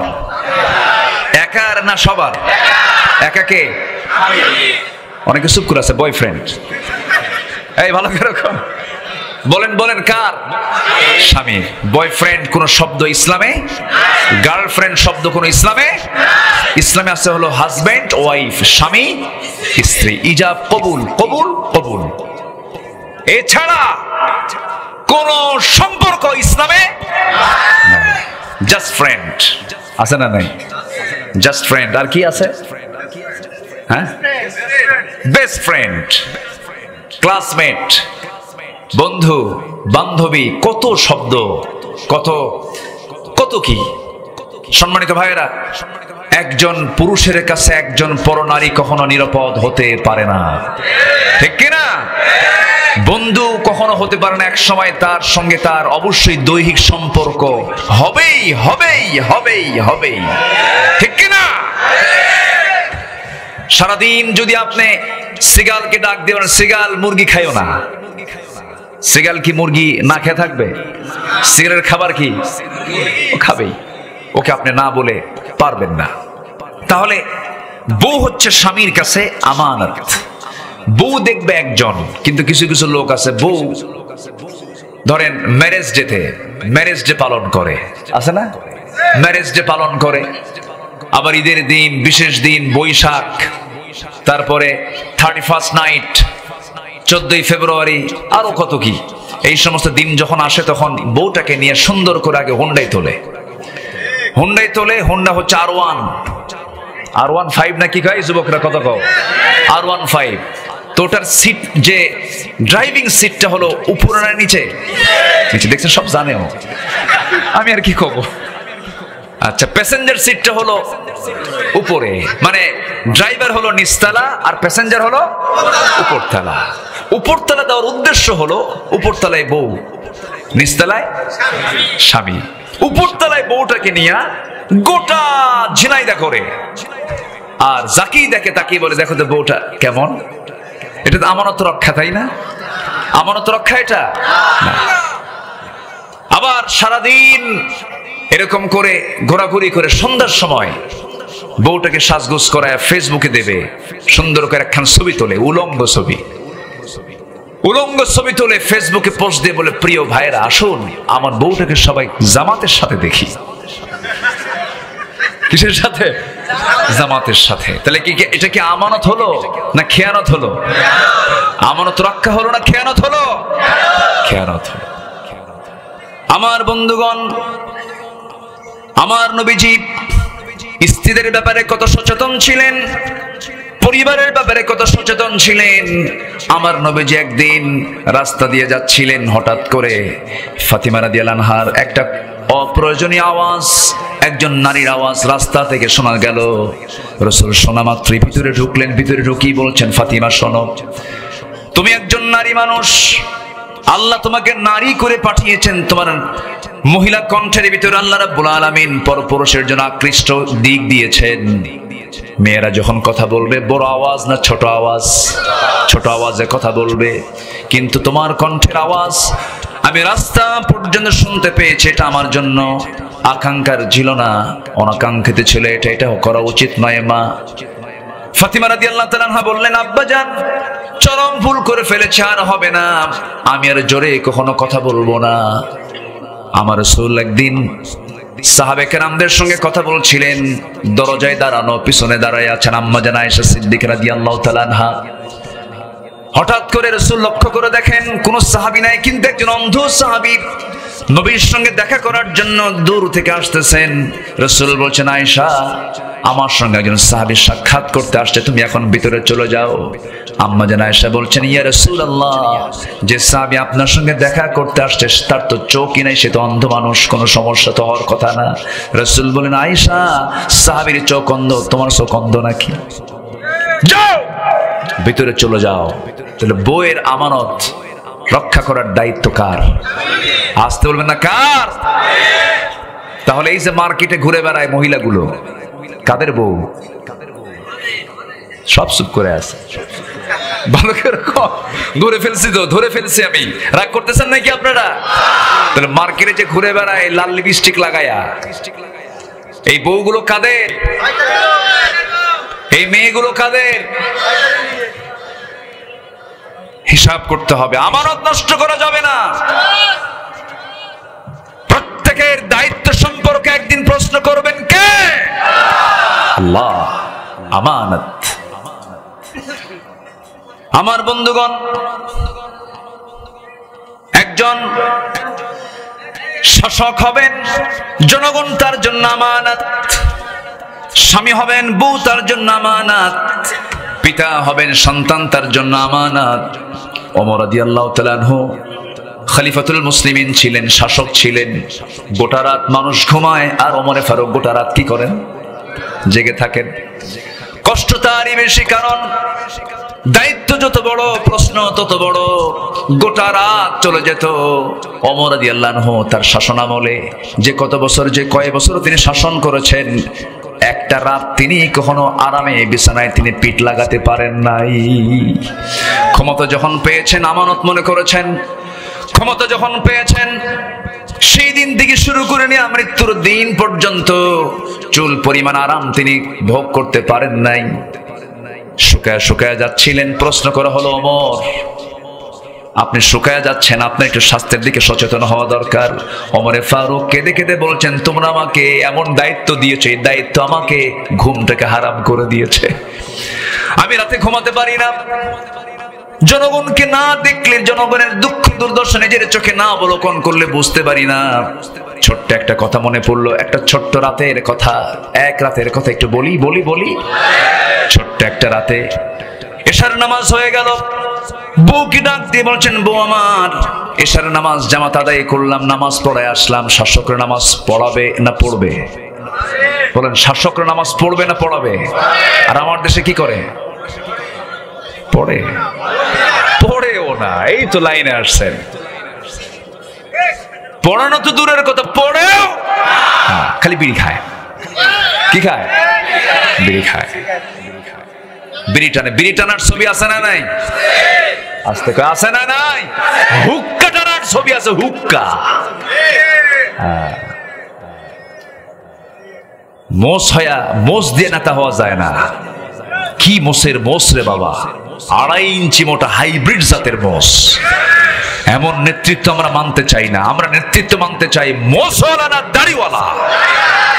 দাড়িওয়ালা। দাড়িওয়ালা নেতৃত্ব দিয়েছেন মুহাম্মদ সাল্লাল্লাহু আলাইহি ওয়াসাল্লাম। সূরাতও থাকতে হবে, সিরাতও থাকতে হবে। সূরাতও থাকতে হবে, সিরাত, দর্শনও থাকতে হবে, গুণও থাকতে হবে। আল্লাহু আকবার বলেন। সাইয়েদনা ওমর ফারুক রাদিয়াল্লাহু আনহু তিনি এশার নামাজ পড়ালেন। নামাজ পড়ে স্ত্রীর কাছে এসে বলছেন, স্ত্রী তুমি তোমার বিশাল দায়িত্ব। আমি কাউকে ভয় পাই না, দুনিয়াতে কোনো মানুষকে ভয় পাই না, খালি তোমারে ভয় পাই। বউরে ভয় পান না? এখন আস্তে আস্তে কয়, এই বউকে ভয় পান না? হ্যাঁ, তো সংসার হবে না তো। আমি তো ভয় পাই। বউকে না ভয় পেলে সংসার করবেন কেমনে আপনি? বউকে ভয় পেতে হবে, কারণ বউ যদি কিয়ামতের দিন আপনার বিরুদ্ধে দাঁড়ায়, আপনি জান্নাত পাবেন না তো। দেখেন এখন আবার ঠিক কয়, ঠিক কিনা বলেন? বউ যদি কিয়ামতের দিন যদি আমার আপনার বিরুদ্ধে দাঁড়িয়ে যায়, আপনার বউ আপনার বিরুদ্ধে, আমার বউ আমার বিরুদ্ধে যদি দাঁড়িয়ে যায়, উপায় নাই। রাসূল বলেছেন, যে স্ত্রী বলবে আমার স্বামী ভালো, আল্লাহ বলছেন সেই বান্দা আমার কাছে ভালো। আল্লাহু আকবার বলেন। তাহলে বলেন, বউয়ের যত্ন নেওয়ার দরকার আগে না পরে? আস্তে আগে না পরে? পিছন দিয়া? পিছন দিয়া না মোহাব্বত কইরা? অন্যের বউ না নিজের বউ? এটা যেন মনে থাকে। আবার সাইয়েদনা ওমর ফারুকের কাছে একজন আসছে বিচার নিয়ে, বিচার নেওয়ার জন্য আসছে। বসে আছে হলো বাহিরের ঘরে, এটাকে বলে কাছারি ঘর। এলাকায় কি কয়? কাছারি ঘর বলে তো না? ওয়েটিং রুম যেটা, বসে আছে বৈঠকখানা। সাইয়েদনা ওমর ফারুক বের হচ্ছেন না।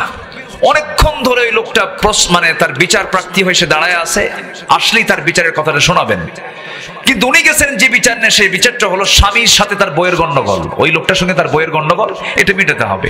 যাইয়া দেখেন দীর্ঘ সময় ধরে ওমর ফারুক রাদিয়াল্লাহু আনহুর সাথে তার স্ত্রীর গন্ডগোল, মানে বাক বিতণ্ড চলতেছে, চরম বাক যুদ্ধ চলতেছে। উনি ভাবলেন যে বিষয় নিয়ে আমি আসলাম বিচার প্রার্থী হয়ে ওমরের কাছে, সেই সমস্যা তার ঘরের মধ্যেই, উনি আর কি বিচার করবেন? এই দৃশ্য দেখে উনি আর প্রশ্ন তুললেনই না। উনি না প্রশ্ন করি না বিচার প্রার্থী হয়ে উনি চলে যাচ্ছেন বাড়ির দিকে। পিছন থেকে ডাক দেবে, এই তুমি কেন আসছো, কিছুই তো বললা না, এমনি চলে যাচ্ছ কেন? যে সমস্যা নিয়ে আসছিলাম আপনার কাছে, সেই সমস্যা দেখে আপনার ঘরের মধ্যে ঢুকছে কেন? কি হয়েছে? আমার বউয়ের সঙ্গে আমার গন্ডগোল মিটাবেন আপনি, আপনি বিচারক। আপনার বউয়ের সঙ্গে আপনার গন্ডগোল আপনি কি মিটাবেন? সাইয়েদনা ওমর ফারুক বললেন, ভাইজান এদিকে আসো। আমি ওমর, আমার নাম শুনলে রোম পারস্য থরথর করে কাঁপে। আমি ওমর, আমি যে রাস্তা দিয়ে যাই শয়তান সে রাস্তা দিয়ে যায় না। সেই ওমর, এত ভয়ঙ্কর ওমর, সাহসী ওমর তোমরা জানো। সে ওমরের সামনে ওমরের বউ এত কিছু বললো, ওমর কিছু কইছে না, তুমিও কিছু কইও না, যাও। তাহলে বউকে কি ভয় করার দরকার আছে? দেখেন দেখেন আবার ঠিক হয়েছে, আছে। ম্যানেজ করতে হবে, মোহাব্বতটা 16 আনা দিতে হবে স্ত্রীকে, তাহলেই সংসারটা জান্নাতের টুকরা হয়ে যায়। আমানত মনে করতে হবে, আমানতদারিতে। আল্লাহু আকবার বল। আমার বন্ধুগণ, সাইয়েদনা ওমর ফারুক রাদিয়াল্লাহু তাআলা আনহু রাতের আধারে ইশার নামাজ পড়ে বউটাকে ডাক দিয়ে বলেন, বউ আমাকে কিছু খানা খাওয়ায় দাও। খানা খেয়ে নিলেন। এরপরে বলছেন, বিছানায় পিঠ লাগানোর সুযোগটা আমার আল্লাহ দেননি, জনগণের দায়িত্ব আল্লাহ তাআলা আমাকে দিয়েছেন। স্ত্রী থাকো, আমি চলে গেলাম। দেখি মদিনার উপকণ্ঠে মানুষের কি অবস্থা। দেখতে বেরোলেন, দেখতে পেলেন প্রথমেই প্রতিবেশীর ঘরে ঢুকলেন। প্রতিবেশীর ঘরের সামনে দাঁড়ালেন। 4-5টা ছেলে মেয়ে সন্তানগুলো চিৎকার করে কান্নাকাটি করছে, ক্ষুধার যন্ত্রণায় ছটফট করছিল। সাইয়েদনা ওমর ফারুকের দিলটা কাঁপতে থাকলো হারে। সঙ্গে সঙ্গে চললেন খাদ্য গুদামে। খাদ্য গুদাম থেকে 1 বস্তা আটা নিজের পিঠে বহন করে নিয়ে ওই ঘরের সামনে গিয়ে দাঁড়ালেন। মহিলাকে ডাক দিয়ে বলছেন, মহিলা তোমার পরিচয় কি? আমার স্বামী নাই, আমি বিধবা। সন্তানগুলো কাঁদে কেন? খাবারের অভাব। আমি ওমর তোমাকে 1 বস্তা আটা নিজের পিঠে বহন করে দিয়ে চলে গেলাম। আমানত, এটা আমার জন্য।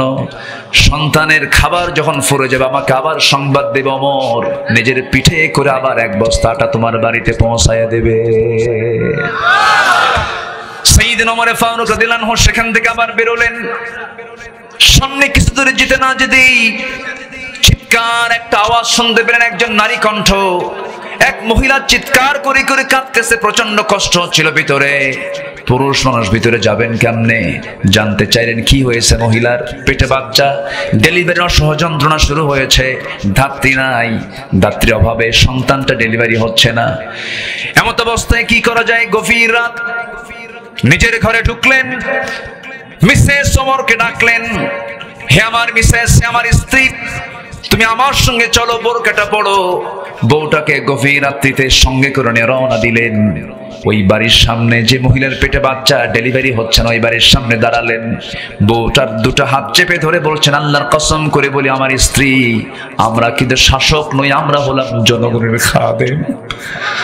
আমরা হলাম জনগণের খাদেম। জনগণ হলো আমাদের জন্য আমানত।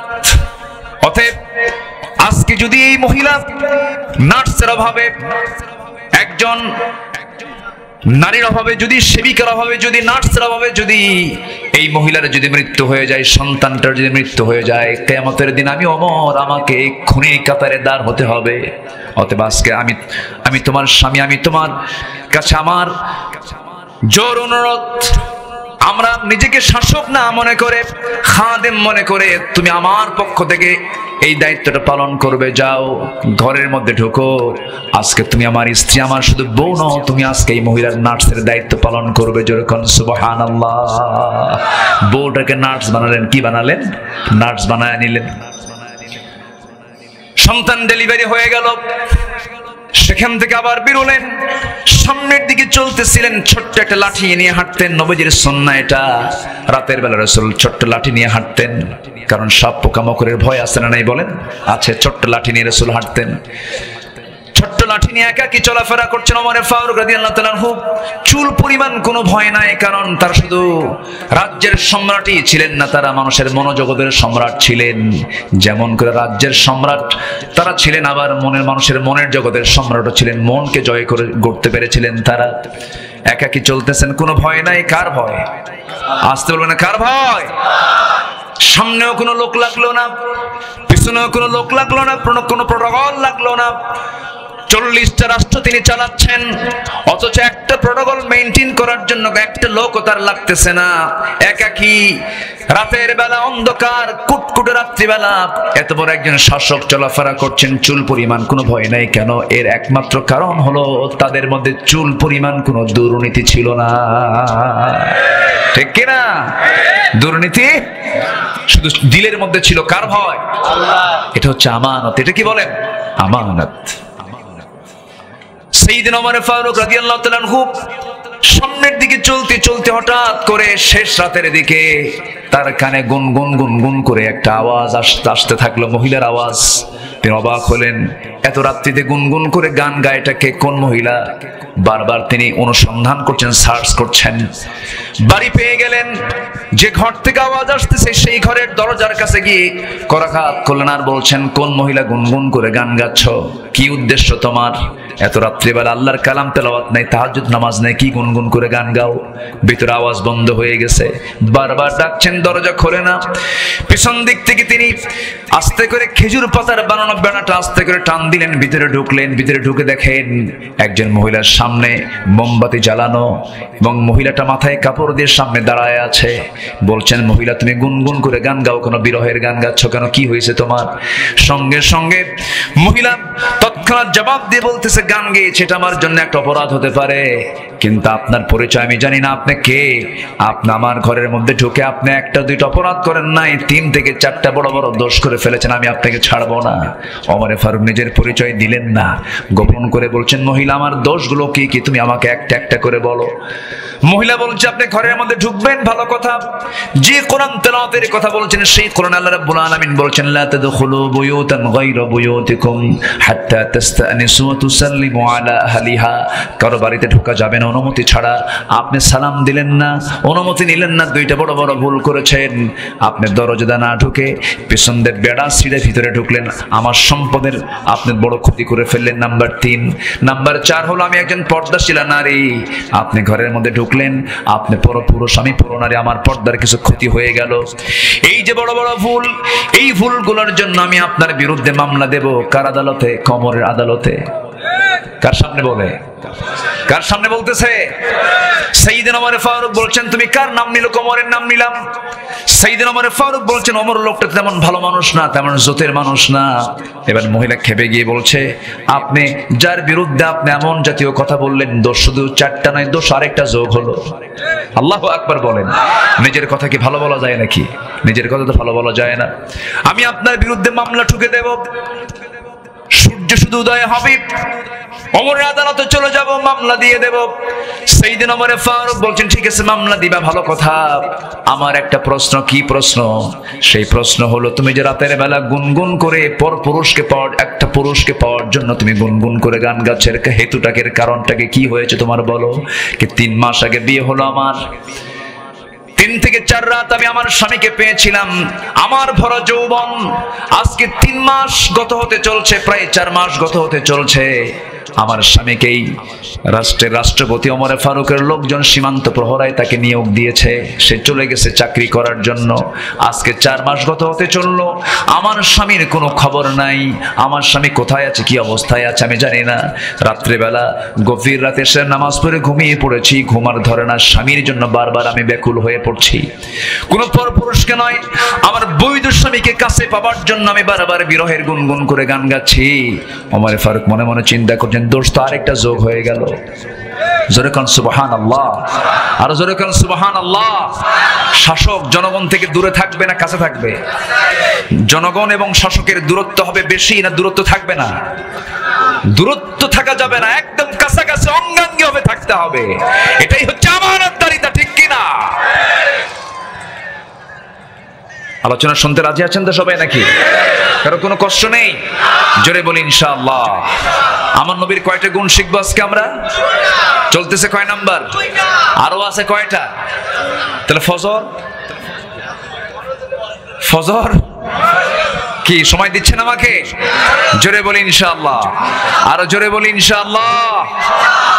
আল্লাহ রাব্বুল আলামিন আমানতদারিতার ব্যাপারে বলছেন, ইন্নাল্লাহা ইয়া'মুরুকুম আন তু'আদ্দুল আমানাতি ইলা আহলিহা ওয়া ইযা হাকামতুম বাইনান নাসি আন তাহকুমু বিল আদল ইন্নাল্লাহা নি'ম্মা ইয়া'ইযুকুম বিহ।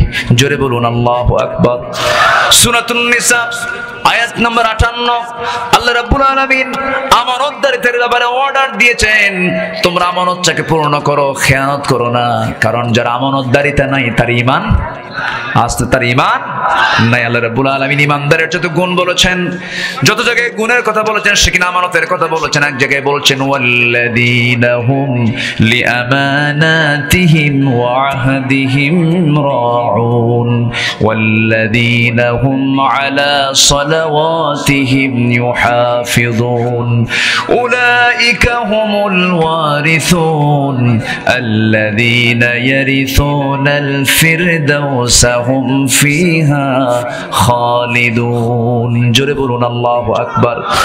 নাম্বার 3 হলো নবীজির বড় গুণ ছিল, তিনি ছিলেন ধৈর্যশীল। ধৈর্যশীলতা দিয়ে তার জীবনটা ছিল সাজানো। রাসূল মার খেয়েছেন কম না বেশি? আসতে বলবেন না, কম না বেশি? এত মার খেয়েছেন তিনি।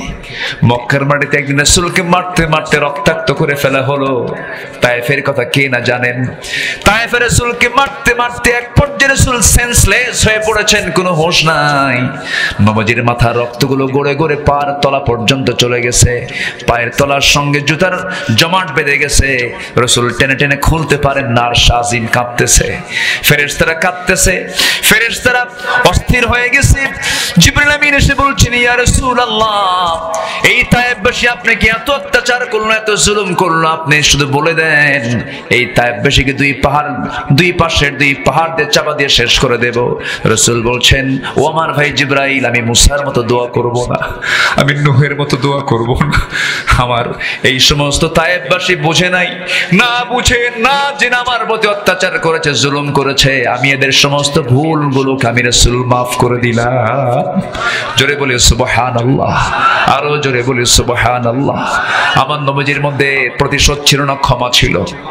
ক্ষমা ছিল। আমাদের মধ্যে কি থাকা দরকার? ক্ষমা থাকা দরকার। যার মধ্যে ক্ষমা বেশি, আল্লাহর ক্ষমা তার উপরে বেশি। আল্লাহুম্মা ইন্নাকা আফুউন তুহিব্বুল আফওয়া ফাআফু আন্না। আল্লাহ তুমি ক্ষমাশীল, ক্ষমাকে ভালোবাসো, আমাদেরকে ক্ষমা করে দাও। ধরুন আপনার একজন ভাইয়ের সঙ্গে গন্ডগোল লেগেছে, আপনি নিজে গিয়ে তার কাছে সরি বলবেন, এটা আপনার জন্য আপনি বড় মুজাহিদ। আপনি নিজেকে ছোট ভাববেন, আপনি বড় মুজাহিদের ভূমিকা পালন করলেন, বিশাল বড় সওয়াব আপনি পেয়ে যাবেন। যে ব্যক্তির মধ্যে জিদ বেশি কাজ করবে, এটা হলো শয়তানের মেডিসিন। কার মেডিসিন বলেন? শয়তানের মেডিসিন। জিদ থাকা যাবে না ইমানদারের জীবনে। ইমানদারের জিদ হবে একটাই, সেটা হলো যেমন করে হোক তাহাজ্জুদ পড়বো, যেমন করে হোক ফজর পড়বো। আল্লাহু আকবার বলেন। ভালো কাজে আমরা এগিয়ে যাব। তাআওয়ানু আলাল বিররি ওয়াত তাকওয়া ওয়া লা তাআওয়ানু আলাল ইসমি ওয়াল উদওয়ান। আল্লাহ রাব্বুল আলামিন আরেক জায়গায় বলছেন, ওয়াসারিউ ইলা মাগফিরাতিম মির রাব্বিকুম ওয়া জান্নাতিন আরদুহাস সামাওয়াতি ওয়াল আরদ উইদ্দাত লিল মুত্তাকিন। জোরে বলুন আল্লাহু আকবার। তাহলে আমাদের ধৈর্য আনার দরকার আছে না নাই? নাম্বার 1 হলো, মনে আছে আপনাদের? নাম্বার 1 হলো কি? সত্যবাদিতা। নাম্বার 2 হলো আমানতদারিতা, আমানা। নাম্বার 3 হলো সবর, ধৈর্যশীলতা। আল্লাহু মা'আস সাবিরিন। জোরে বলুন আল্লাহু আকবার। নাম্বার 4 হলো তাওয়াক্কুল, নির্ভরতা। তাওয়াক্কুল মানে অর্থাৎ হচ্ছে আমি নির্ভরশীল কার উপরে? আসতে বলবেন না, কার উপরে? চাকরি নাই, কি করে খাবো? বিপদ, কেমনে চলবো? পরিবারে আগুন ধরেছে, কেমনে টাকা ধার করবো? অনেকে হতাশ চিত্ততা নিয়ে থাকেন, আছে না নাই বলেন? আছে। এটা ইমানদারের জীবনে আসতে পারে না, কারণ ইমানদারের ভরসার জায়গা দুইটা না একটা। ইমানদারের ভরসার জায়গা দুইটা না একটা? কে? আরো জোরে, আরো জোরে, আরো জোরে। এই লোকগুলো যায় কোথায়? চলে যাচ্ছে। অনেক রাত হয়ে গেছে, শেষ করে দিই, দোয়া করে দিই। দোয়া করবো না? যে যেতে নাই তারা ধরেন নাকি? রাগ করতেছেন নাকি? একটু বসেন, একটু বসেন। তাওয়াক্কুল এটা বিশাল বড় একটা গুণ, বিশাল বড় গুণ। সন্তান 7 বছর, ছেলে সন্তান মারা গেছে। বলেন তো, বাপ মার মাথা ঠিক থাকার কথা? মাথা ঠিক থাকার কথা। একজন নবী ছিলেন যাকে আল্লাহ তাআলা 80 বছরের বয়সে সন্তান দিয়েছিলেন। 80 বছরে বুড়া মানুষ, সন্তান দেওয়া হলো। এমন জায়গায় সন্তান প্রসব হলো, এমন জায়গায় সন্তান লালিত পালিত হলো। এই পৃথিবীতে হারামের ভিতরে, কাবার ভিতরের বাসিন্দা ছিলেন একজন নারী, তিনি হচ্ছেন হাজরা আলাইহিস সালাতু ওয়াস সালাম। যেরকম সুবহানাল্লাহ।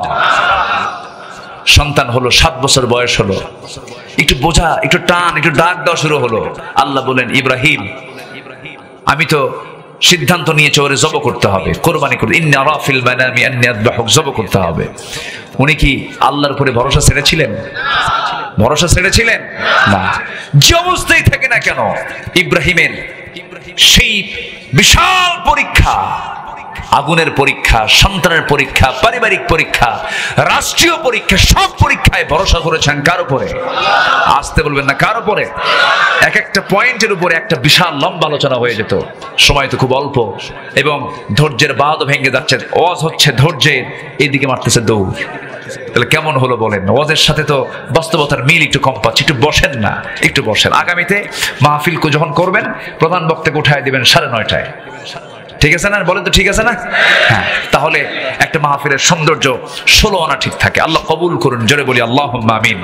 নাম্বার 5 হলো ইখলাস, একনিষ্ঠতা। ইখলাস যদি না ঠিক থাকে, তার কোনো আমল কবুল করবেন না কে? কবুল করবেন না কে? আমি সহজ, আমি নামাজ না পড়লে কেমন হয়? এটা কি ইখলাস হলো? এটা কি ইখলাস হলো? আমি সভাপতি হই আর আমি ওই মসজিদের একজন মুসল্লি হই, নামাজ পড়বো কার জন্য? এটা হচ্ছে ইখলাস। আল্লাহ রাব্বুল আলামিন বলেন, وما أمروا إلا ليعبدوا الله مخلصين له الدين। এবং তাওয়াক্কুলের ব্যাপারে আল্লাহ রাব্বুল আলামিন বলছেন, ومن يتوكل على الله فهو حسبه। যে ব্যক্তি আমার উপরে ভরসা করে, আমি তার জন্য, আমি নিজেই যথেষ্ট হয়ে যাই। যেরকম সুবহানাল্লাহ। যখন কোনো বান্দা আল্লাহর দিকে 1 হাত আগায়, আল্লাহ তার দিকে 10 হাত আগান। যে বান্দা আল্লাহর দিকে হেঁটে হেঁটে আসে, আল্লাহ তার দিকে দৌড়া দৌড়া যান। আল্লাহ বলছেন, বান্দার তুই আমার দিকে হেঁটে হেঁটে আসবি, আমি তোর দিকে দৌড়া দৌড়া যাব। বান্দা, আমি তোর জন্য 1টা নয়, 2টা নয়, 8টা জান্নাত বানায় রেখে দিয়েছি। তুই আমার জান্নাতে প্রবেশ করবি, শর্ত হলো, ইয়া আইয়াতুহান নাফসুল মুতমাইন্নাতু রজিই ইলা রাব্বিকি রাদিয়াতাম মারদিয়াহ ফাদখুলি ফি ইবাদি ওয়াদখুলি জান্নাতি। জোরে বলুন আল্লাহু আকবার। নাম্বার 6 হলো আদালত এবং ন্যায় বিচার। ন্যায় বিচার এবং আদালত আমার নবীর জীবনে প্র্যাকটিক্যাল তিনি দেখিয়েছিলেন। আমার নবীর শাসনামলে বিচারালয়ে একজন বিচার প্রার্থী হয়ে চলে আসলো। সম্ভ্রান্ত পরিবারের একজন মহিলা চুরি করে ধরা পড়ে গেছে। ধনী মানুষ, সম্ভ্রান্ত পরিবার। সেই পরিবার আবার ওমরে ফারুককে ম্যানেজ করে ফেলেছে। ওমরে ফারুককে ডাক দিয়ে বলতেছি, ভাই ওমর, তুমি যদি রাসূলকে বুঝাতে পারো, রাসূল হয়তো বুঝবেন। সম্ভ্রান্ত পরিবারের এই মহিলা হঠাৎ করে চুরি করে ধরা পড়েছে, তার হাতটা তো কাটা পড়ে যাবে। কেমন হবে? এটা বংশের জন্য একটা দুর্নাম হয়ে যাবে। আপনি তাদের পক্ষ হয়ে আপনি একটু সুপারিশ করেন। নবীর সামনে এসে বলছেন, ইয়া রাসূলুল্লাহ, আমি ওমর, আমি জানি ওই পরিবারটা খুব সম্ভ্রান্ত, দেখুন তো একটু শাস্তিটা লঘু করা যায় কিনা। চুরির যে শাস্তি, হাত না কেটে ন্যূনতম কোন শাস্তি দেওয়া যায় কিনা। আমার নবীজি বলছেন, ওমর, তোমার দারাজ কণ্ঠ সেই কোথায় চলে গেল? ওমর, আমি তোমাকে স্পষ্ট ভাষায় জানিয়ে দিতে চাই যে মেয়েটা চুরি করে ধরা পড়েছে, তার নামও ফাতিমা। আমার নবীর মেয়ের নামও বলেন, আমার নবীর মেয়ের নাম কি ছিল? ফাতিমা। রাসূল বলেন, শোনো, ওই সম্ভ্রান্ত পরিবারের যে মেয়েটা ওই ফাতিমা না হয়ে যদি ফাতিমা বিনতে মুহাম্মদ যদি চুরি করে ধরা পড়তো, আমি ফাতিমাকে সম্মুখে এনে সবার চোখের সামনে আমি নিজে তার হাত কেটে এই বিচারের রায় কার্যকর করে দিতাম। যেরকম সুবহানাল্লাহ। তাহলে আইন সবার জন্য। আমার দেশে অসমান। কারণ কিসের আইন নাই বলেন?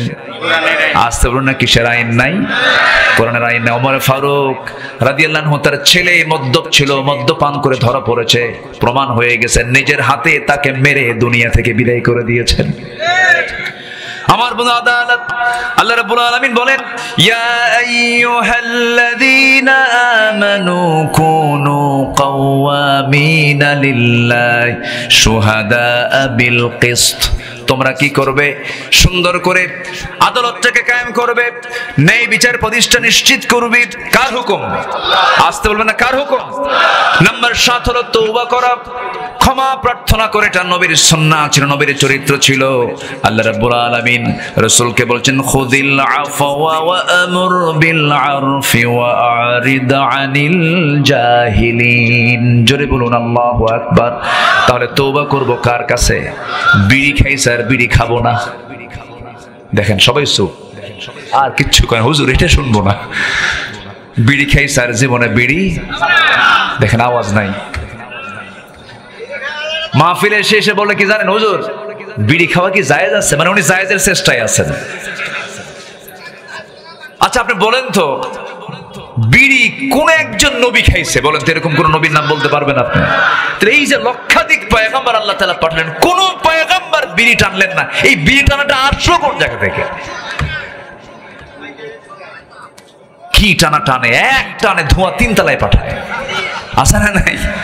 আছে। আল্লাহ তাআলা সকল নেশা থেকে এই জাতিকে হেফাজত করুন। এটা জোরে বলেন না ভাই, আরো জোরে বলেন। বিড়ির সাথে ধোঁয়া আছে না নাই? আগুন আছে না নাই? ধোঁয়া আগুন, এটা কি জাহান্নামের লক্ষণ না জান্নাতের লক্ষণ? ধোঁয়া থাকবে জাহান্নামে, আগুনও থাকবে জাহান্নামে। নেন টানতে থাকেন, আর কিছু বললাম না। আচ্ছা, সকল নেশা, কারণ নিজের জীবনের ক্ষতি হবে এমন খাদ্য খেলেও এই ব্যাপারে প্রশ্ন আছে না নাই? এটা দেহটা আমার জন্য আল্লাহ তাআলা আমানত করে দিয়েছেন। এই দেহের লাঞ্চকে আমি বিড়ি খেয়ে পৌঁছায় দিচ্ছি, এটার জন্য জবাবদিহিতা আছে না নাই? আচ্ছা, নষ্ট করা যাবে না। নাম্বার 8 হলো দয়া সহানুভূতি। দয়া সহানুভূতি, আমরা দয়া দেখাবো, সহানুভূতি দেখাবো। আমাদের মধ্যে দয়ার পরিমাণ কম হবে না বেশি হবে? বেশি হবে। রাসূল খুব দয়ার সাগর ছিলেন। রাসূল কিসের সাগর ছিলেন বলেন তো? দয়ার সাগর ছিলেন। জিনা করে প্রমাণ হয়ে গেছে এক মহিলার চূড়ান্ত শাস্তি, তাকে পাথর মেরে দুনিয়া থেকে বিদায় করা হবে। মহিলা জিনা করেছে, কোনো সাক্ষীও ছিল না। মহিলা নিজে এসে নবীর আদালতে এসে বলছে, হুজুর আমি জিনা করে ফেলেছি। রাসূল বলেন, না তুমি জিনা করো নাই। না হুজুর আমি জিনা করেছি। না তুমি করোনি। না হুজুর আমি জিনা করেই ফেলেছি। না তুমি করোনি জিনা। না হুজুর সত্যি আমি জিনা করে ফেলেছি। পৃথিবীর কোনো সাক্ষী লাগবে না হুজুর, আমি নিজে সাক্ষী আমি জিনা করেছি। রাসূল বললেন, জিনা করেছো? তুমি তো নিজেই বলে ফেললা। তাহলে এখন জিনার ফলে কি পেটে কোনো বাচ্চা আসছে? হুজুর বাচ্চা তো চলে আসছে। রাসূল বললেন, তোমার তো অপরাধ হয়েছে, ঠিক আছে, সন্তান তো কোনো দোষ করেনি, যাও, সন্তান ডেলিভারি না হওয়া পর্যন্ত আমি তোমার উপরে কোনো আইন কার্যকর করতে পারবো না, তুমি চলে যাও বাড়িতে। হুজুর আমার যদি মৃত্যু হয়ে যায়, আমার কিছু করার নেই, তবে আমি তোমার জন্য দোয়া করে, যাও। মহিলা চলে গেছে, সাহাবী চলে গেছেন। সন্তান লালন ওই পেটের মধ্যে ধারণ করে আছেন। 9টা মাস পূরণ হয়ে গেল। সেজদায় পড়ে পড়ে কাঁদেন, তওবা করেন, আল্লাহর কাছে রোনাজারি করতে থাকেন। ঘন্টার পরে ঘন্টা, শুধু নয়, দিনের পর দিন, মাসের পরে মাস। 9টা মাস পূরণ হয়ে গেল, সন্তান ডেলিভারি হয়ে গেল। ব্যাখ্যা এসেছে, এই মহিলা করলেন কি 3 দিন 2 দিন পরে নয়, মাত্র 1টা দিন পর, ডেলিভারির 1টা দিন পরে সন্তানটা বাসায় রেখে সোজা নবীর আদালতে গেলেন। গিয়ে বলছেন, ইয়া রাসূলুল্লাহ আপনি আদালত কায়েম করেন, আপনি আমার উপর আদালত কায়েম করুন। কেন? সন্তান ডেলিভারি হয়ে গেছে, আপনি আমার উপর আইন কার্যকর করে দেন। আমার রাসূল বলেন, মহিলা সন্তান যে ডেলিভারি হয়েছে সেই সন্তানটা বাড়িতে জীবিত না মৃত রেখে এসেছে? হুজুর সন্তান তো জীবিত। রাসূল বলছেন হাউলাইনি কামিলাইন, সন্তানকে অবশ্যই 2 বছর দুধ পান করাতে হবে। হুজুর এত লম্বা সময় যদি আমি মরে যাই, রাসূল বলেন আমি তোমার জন্য দোয়া করে যাও। মহিলা আবার চলে আসতে বাধ্য হলেন। একজন আসামি, এত বড় একজন আসামি হওয়ার পরেও তার জন্য কোনো পুলিশ লাগলো না, প্রশাসন লাগলো না, কোনো জেলখানাও লাগলো না, কারণ ওই বান্দার মধ্যে ভয় কাজ করেছে একমাত্র কার? আসতে বলবেন না কার? আল্লাহর ভয়। ভুল করেছেন আবার অনুতপ্ত হয়েছেন, এটা হচ্ছে ইমানদারের গুণ। সন্তানকে দুধ পান করালেন, 6টা মাস চলে গেছে। 6টা মাসের মধ্য দিয়ে সন্তানকে টোটালি দুধের অভ্যাস বন্ধ করে অন্য খাবারের প্র্যাকটিস গড়ে তুলে এবারে 3য়বারের মতো মহিলার সন্তানটাকে কোলের মধ্যে করে নিয়ে নবীর সামনে হাজির হয়ে বলছেন হুজুর আজকে সন্তান সহ চলে আসছি, এই যে সন্তান দেখতে পাচ্ছেন, এই সন্তানটা আর আমার বুকের দুধ খাওয়ার প্রয়োজন হবে না, অন্য খাবার খাওয়া শিখেছে, আর দেরি করবেন না হুজুর, 3য়বারের মতো আপনার আদালতে হাজির হলাম, আপনি আজকে আমার উপরে শাস্তি কার্যকর করে দেন। আমার নবীজি বলছেন ও মহিলার সন্তানটা আমার হাতে তুলে দাও। সন্তান নবী তার হাতের মধ্যে উঠায় নিলেন, উঁচু করে ধরলেন এবং বলছেন ও সাহাবীরা এই যে সন্তানটা আমার হাতে দেখতে পাচ্ছ, এই সন্তানের লালন পালনের দায়িত্ব যে বান্দা গ্রহণ করবে আমি রাসূল ওয়াদা করছি সেই বান্দার সাথে আমি জান্নাতের মধ্যে 2 নখের দূরত্ব অবস্থান করব। জোরে বলি সুবহানাল্লাহ। দৌড় মেরে কয়েকজন সাহাবী চলে এলেন, একজনের কোলে রাসূল ওই সন্তানকে দিয়ে দিলেন। আমার নবীজির চোখে পানি টলমল করছে, নবীজি কাঁদতেছেন আর এইদিকে অর্ডার দিচ্ছেন, কোনো কথা নাই, কারণ জেনার শাস্তিতে ইসলাম নিশ্চিত করে দিয়েছে। এবার রাসূল বলছেন মহিলাকে নিয়ে যাও, উন্মুক্ত মরু প্রান্তরে বুক পর্যন্ত পুঁতে রেখে পাথর মেরে তাকে শেষ করে দাও। এটা কার হুকুম? আসতে বলবেন না কার হুকুম? জেনা আছে যেখানে অসুখ আছে সেখানে জেনা আছে, যেখানে রোগ আছে সেখানে জেনা আছে, যেখানে অশান্তি আছে সেখানে এই অশান্তিকে দূর করার জন্য, রোগ মুক্ত সমাজ করার জন্য জেনার শাস্তি একমাত্র ইসলাম যা নিশ্চিত করেছে এটার মধ্যে মহাকল্যাণ নিহিত। অনেকে বুঝতে চায় না, বোঝার চেষ্টাও করে না। আমার বন্ধুগণ আজকের দুনিয়াতে জেনার ফলে অসুখ বিসুখ দুনিয়াতে সবচেয়ে কম না সবচেয়ে বেশি? সবচেয়ে বেশি। গোটা দুনিয়াতে মানুষ আজকে রোগী হয়ে গেছে, একমাত্র মূল কারণ হলো অবাধ যৌনাচারের কারণে, নিয়ন্ত্রণহীন যৌনাচারের কারণে, ইসলাম অনুশাসন না মেনে চলার কারণে। আমার নবীজি কাদা কাদা কণ্ঠে বলছেন ও সাহাবীরা এই মহিলাকে নিয়ে যাও, বোরকা পরাইয়া দিয়া বুক পর্যন্ত পুঁতে রেখে তাকে পাথর মেরে শেষ করে দাও। যখন পাথর মারা হচ্ছিল আমার নবীজির কানে সংবাদটা চলে আসছে, ওই সাহাবী ওই মহিলা পাথরের আঘাত সহ্য করতে না পেরে গর্ত থেকে উঠে এক পর্যায়ে দৌড় মারা শুরু করেছিলেন।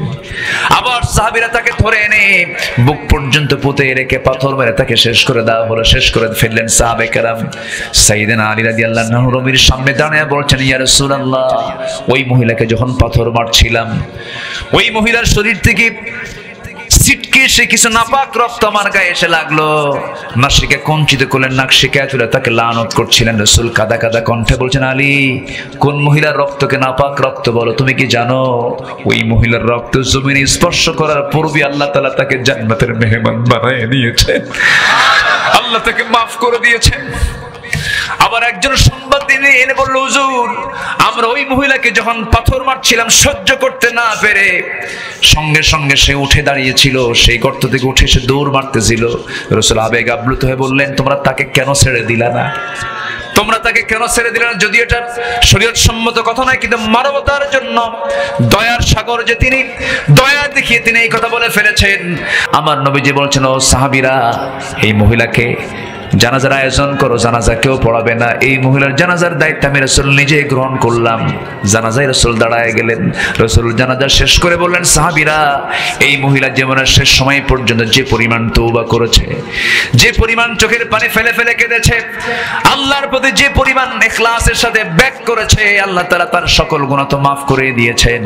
এই মহিলার তওবা যদি এই মদিনার 70 জন গুনাহগারদের মাঝে যদি বন্টন করা হতো, 70 জন গুনাহগারকে মাফ করে আল্লাহ রাব্বুল আলামিন তাদের 70 জনকে জান্নাত দিয়ে দিতেন।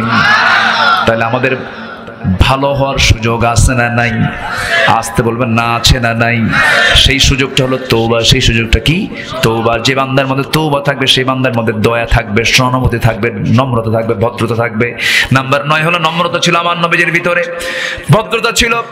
নবীজি অত্যন্ত বিনয়ী ছিলেন। ওয়াইবাদুর রহমানিল্লাযীনা ইয়ামশুনা আলাল আরদি হাওনা ওয়া ইযা খাতাবাহুমুল জাহিলুনা ক্বালু সালামা। জোরে বলুন আল্লাহু আকবার। নাম্বার 10 হলো কৃতজ্ঞতা। লাইন শাকারতুম লাযীদান্নাকুম। আমার নবীর ভিতরে কৃতজ্ঞতা শোনানো ছিল। চূড়ান্ত কৃতজ্ঞ ব্যক্তি ছিলেন মুহাম্মদ সাল্লাল্লাহু আলাইহি ওয়াসাল্লাম। নাম্বার 11 হলো সুজাআত। তার মধ্যে ছিল সাহসিকতা ছিল। যুদ্ধের ময়দানে তিনি ভীরু ছিলেন না সাহসী ছিলেন? বলেন ভীরু না সাহসী? 313 জন সাহাবী নিয়ে 1000 সৈন্যের বিরুদ্ধে মোকাবেলা। ভীরু লোকের কাজ না সাহসী লোকের কাজ? ভীরু লোকের না সাহসী লোকের কাজ? সাহসী মানুষের কাজ। অনেক লম্বা লম্বা কথা ছিল, সুযোগ তার পেলাম না। নাম্বার 12 হলো নেক কাজের আদেশ, অসৎ কাজের নিষেধ, বাধা। সৎ কাজের আদেশ দেওয়া, অসৎ কাজের বাধা দেওয়া। এতে 1 নম্বর স্থান দখল করেছেন মুহাম্মদ সাল্লাল্লাহু আলাইহি ওয়াসাল্লাম। রাসূল দাওয়াত দিয়েছেন আবু জেহেলকে একবার না 1000 বার? একবার না 1000 বার? 1000 বার দাওয়াত দিয়েছেন। নাম্বার 13 হলো বিশ্বাসযোগ্যতা, সিকাহ। আরবিতে সিকাহ বলা হয়। বিশ্বাসযোগ্যতা তিনি অর্জন করতে পেরেছিলেন। জোরে বলি আল্লাহু আকবার। আর জোরে বলি আল্লাহু আকবার। 14 হলো নিষ্ঠা, ইখলাস ফিল আমাল। এটা ছিল তার মধ্যে সবচেয়ে গুরুত্বপূর্ণ গুণগত দিক। নাম্বার 15 হলো সর্বশেষ সহনশীল ছিলেন। জীবনের সকল জায়গায় তার মতো সহনশীল ব্যক্তিত্ব আর পৃথিবীতে দ্বিতীয়টা আসবে না। সেই নবীর আমরা উম্মত হতে পেরেছি। এই 15টা গুণে আমরা গুণান্বিত হব। জোরে বলি ইনশাআল্লাহ। ফজর পড়বেন কারা কারা? একটু হাত তুলে দেখান দেখি। ফজর পড়বেন কারা কারা? জোরে চিৎকার মেরে বলি আল্লাহ আমাদেরকে ফজর, জোহর, আসর, মাগরিব, ইশা 5 ওয়াক্ত সালাত আদায় করার তৌফিক তুমি আল্লাহ দিয়ে দাও। জোরে বলে আমিন। আরো জোরে আমিন। বউ স্বামীর জন্য কি মনে আছে? এই আমানত রক্ষা করার জন্য বোরকা গায়ে দেওয়ার দরকার আছে না নাই? কারো বউ বোরকা ছাড়া চলবে না। জোরে বলি ইনশাআল্লাহ। আল্লাহ কবুল করুন। নামাজ পর্দা এটা যেন ঠিক থাকে, আল্লাহ কবুল করুন। সাহায্য করবেন কে? সাহায্য করবেন কে? আল্লাহ তাআলা। আসুন যে যেখানে আছেন আমরা বসে পড়ি। অনেক রাত হয়েছে, 1:45 12:30 পার হয়ে গেছে। অনেক, আমি চেয়েছিলাম 12টার মধ্যে শেষ করে দেব। সবাই বসেন। আমরা এখন দোয়ার জন্য চাইবো কার কাছে? দোয়া হচ্ছে ইবাদতের মূল। দোয়া মুখুল ইবাদাহ। ইবাদতের মূল হচ্ছে দোয়া। যিনি দোয়া করে যাবেন না, মূল কাজ থেকে তিনি বঞ্চিত হয়ে গেলেন। বসেন, এক্ষুনি সবাই দোয়ায় শামিল হবেন। আমরা চাইবো কার কাছে? অনেকে গজল শুনতে চেয়েছেন, ছোট্ট একটা গান শোনায় দেই, 1 লাইন শোনায় দেই। ধৈর্য আছে আপনাদের ভিতরে? সবচেয়ে সুন্দর কে? সবচেয়ে সুন্দর কে? দুনিয়া সুন্দর, মানুষ সুন্দর, আসমান সুন্দর, জমিন সুন্দর, সুন্দরে সুন্দরে পাল্লা। জানি না কত সুন্দর তুমি আল্লাহ, জানি না কত সুন্দর তুমি আল্লাহ। সবচেয়ে সুন্দর কে? ঝর্ণা ছুটে চলে কে বেকে, পৃথিবীর পটে কত ছবি এঁকে। ঝর্ণা ছুটে চলে কে বেকে, পৃথিবীর পটে কত ছবি এঁকে। নদীর কলতানে সাগরের গর্জনে, নদীর কলতানে সাগরের গর্জনে, ঢেউয়ে ঢেউয়ে দেয় পাল্লা। জানি না কত সুন্দর তুমি আল্লাহ, জানি না কত সুন্দর তুমি আল্লাহ। বাগানে ফুটে ফুল রাশি রাশি, রাতেরই তারা ভরা চাঁদের হাসি। ঠিক কিনা? বাগানে ফুটে ফুল রাশি রাশি, রাতেরই তারা ভরা চাঁদের হাসি। গুনগুন গানে ডেকে মৌমাছি মধু চাকে, ফুলে ফুলে করে হল্লা। জানি না কত সুন্দর তুমি আল্লাহ, জানি না কত সুন্দর তুমি আল্লাহ। দক্ষিণা বাতাস গায়ে পরশ বলে, তার টানে পাল তোলে নৌকা চলে। তোমারই নামে মনে ভাটিয়ালি সুরের তানে, তার টেনে যায় মাঝি মাল্লা। জানি না কত সুন্দর তুমি আল্লাহ, জানি না কত সুন্দর তুমি আল্লাহ। বলেন দুনিয়া সুন্দর, মানুষ সুন্দর, আসমান সুন্দর, জমিন সুন্দর, সুন্দরে সুন্দরে পাল্লা। জানি না কত সুন্দর তুমি আল্লাহ, জানি না কত সুন্দর তুমি আল্লাহ।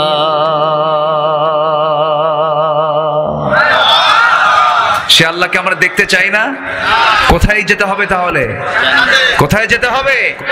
জান্নাত। আমাদের গন্তব্য হলো, শেষ গন্তব্য কোথায়? জান্নাত। এই হোক আমাদের প্রত্যাশা। আসুন আমরা এখন কাম সারছে, আমি তো তেলাওয়াত দিয়ে শুরু করেছি। আসেন আমরা এখন দোয়া করি। আমরা চাইবো কার কাছে? আল্লাহর কাছে। আল্লাহর কাছে। সবাই বলে সুবহানাকাল্লাহুম্মা ওয়া বিহামদিকা আশহাদু আল্লা ইলাহা ইল্লা আনতা আস্তাগফিরুকা ওয়া আতুবু ইলাইকা। চিৎকার মেরে বলি, ইয়া আল্লাহ, আমার জীবনের সগীরা কবীরা, ছোট বড় সব গুনাহ তুমি আল্লাহ মাফ করে দাও। জোরে বলুন ইয়া রাব্বাল আলামিন, ইয়া রাব্বাল আলামিন। সবাই আমরা একদম বিনয়ীভাবে, অত্যন্ত নম্রতা নিয়ে, খুশুর সাথে, অত্যন্ত একগ্র চিত্ততা নিয়ে আমরা চাইবো কার কাছে? আল্লাহর কাছে। আপনি দোয়াটা করে দেন। হ্যাঁ, আমি করব ভাইজান? আচ্ছা, আসুন আমরা আল্লাহর কাছে চাই। আমি সবার কাছে দোয়া চাই। সবাইকে আমার জন্য দোয়া করবেন। আমিও দোয়া করি আপনার জন্য। আগামীর দেশ হবে কোরআনের দেশ। জোরে বলি ইনশাআল্লাহ। কোন দল বুঝি না, দল বুঝি কার? কোন নেতা বুঝি না, নেতা হচ্ছেন মুহাম্মদ সাল্লাল্লাহু। কোন আইন মানে না, কার আইন ছাড়া? এটা যেন ঠিক থাকে। এটা ঠিক থাকলে ঈমান ঠিক, আর এটা না ঠিক থাকলে ঈমানও ঠিক নাই। এটা যেন আমাদের মনে থাকে। আসুন আমরা আল্লাহর কাছে চাই। আর কোন ঘোষণা নাই তো? না, কোন ঘোষণা নাই তো? ও আচ্ছা, এটা তো মাহফিল কেন্দ্রিক, তার কোনো কিছু নাই। আচ্ছা, আসুন আমরা আল্লাহর কাছে চাই। এই মাহফিল বয়স হলো 2 বছর। কয় বছর? 2 বছরে কি যুবক হয় না শিশু? আস্তে কয় যুবক না শিশু? তাহলে এই মাহফিলের শিশু অবস্থায় আছে। এই মাহফিলটা তার মানে কিশোরে পদার্পণ করবে, যৌবনে পদার্পণ করবে। কিয়ামত পর্যন্ত আল্লাহ তাআলা এই মাহফিলকে কবুল করুন। জোরে বলি আল্লাহুম্মা আমিন। মানবতায় কি নাম? মানবতার যুব সংঘ। আলহামদুলিল্লাহ। আল্লাহ তুমি এই যুব সংঘকে তুমি আল্লাহ কবুল করো। জোরে বলি আল্লাহুম্মা আমিন। যুব সমাজ যারা আয়োজন করেছেন তাদের আয়োজনকে তুমি আল্লাহ কবুল করো। জি আলহামদুলিল্লাহ। আর সামনে এত বড় কি ওগুলো দিয়ে? ও যে ওগুলো খাওয়ারে বাজার। বাজার কি বাজার? মানে কসমেটিক্স আছে নাকি? কসমেটিক্সও আছে? কসমেটিক্স কিনতে যায় কারা, পুরুষ না মহিলা? ও আচ্ছা, একটু সাবধান হতে হবে। হ্যাঁ, একটু আমরা খেয়াল করবো যেন পর্দার বিঘ্নতা যেন না। আমি কিন্তু এটা একটু আমার সন্দেহ লাগতেছিল, তো এটাও আমরা আগামীতে অবশ্যই সতর্কতা রাখার দরকার আছে না নাই বলেন তো? আচ্ছা, যে কোনো কাজ করতে হবে ফ্রেশ। কি কাজ? ফ্রেশ। ফ্রেশ কাজ যেন হয়, যেন পর্দা লঙ্ঘিত হয় এমন কোন কাজের সুযোগ দেওয়া যাবে না। জি, আসুন আমরা আল্লাহর কাছে চাবো। আল্লাহ তাআলা সবার এই খেদমতগুলোকে আল্লাহ তাআলা কবুল করুন। আল্লাহুম্মা আমিন। রব্বানা যালামনা أنفسنا وإن لم تغفر لنا وترحمنا لنكونن من الخاسرين لا تزغ قلوبنا بعد إذ هديتنا وهب لنا من لدنك رحمة إنك أنت الوهاب।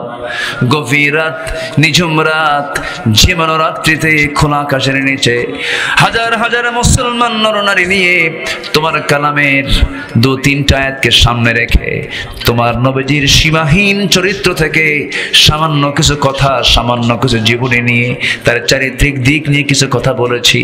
আলোচনা শেষান্তে সে কাঙ্গাল ফিকিরের মতো দুটো হাত ভিক্ষুকের মতো পেতে আছে। আল্লাহ, গুনার দিকে নজর দিও না, বান্দা মনে করে তামাম জিন্দেগীর সমস্ত গুনাহগুলোকে মেহেরবানি করে মাফ করে দাও।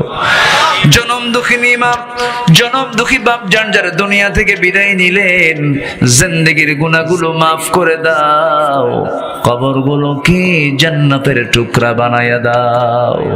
আলোচনা শেষ করে অনেকে বাড়ি ফিরে যাব, বাড়িতে ফিরে গিয়ে সব দেখবো কিন্তু মাকে দেখতে পাবো না রে, বাবাকে দেখতে পাবো না, বাবা কবরবাসী হয়ে গেছে, মা কবরবাসী হয়ে গেছে। পৃথিবীর সব খবর অনেক দূরে থাকার পর দেখা যায়, শোনা যায়, জানা যায়, শোনা যায় রে, কিন্তু মা গহীন কবরে চলে গেছে যার, একবার পৃথিবীর কোনো খবরের এই সমস্ত মার খবর পাওয়া যায় না, কবরের কোনো খবর আসে না। চলে গেছে কতদিন আগে মা, কতদিন আগে চলে গেছেন বাবা যান।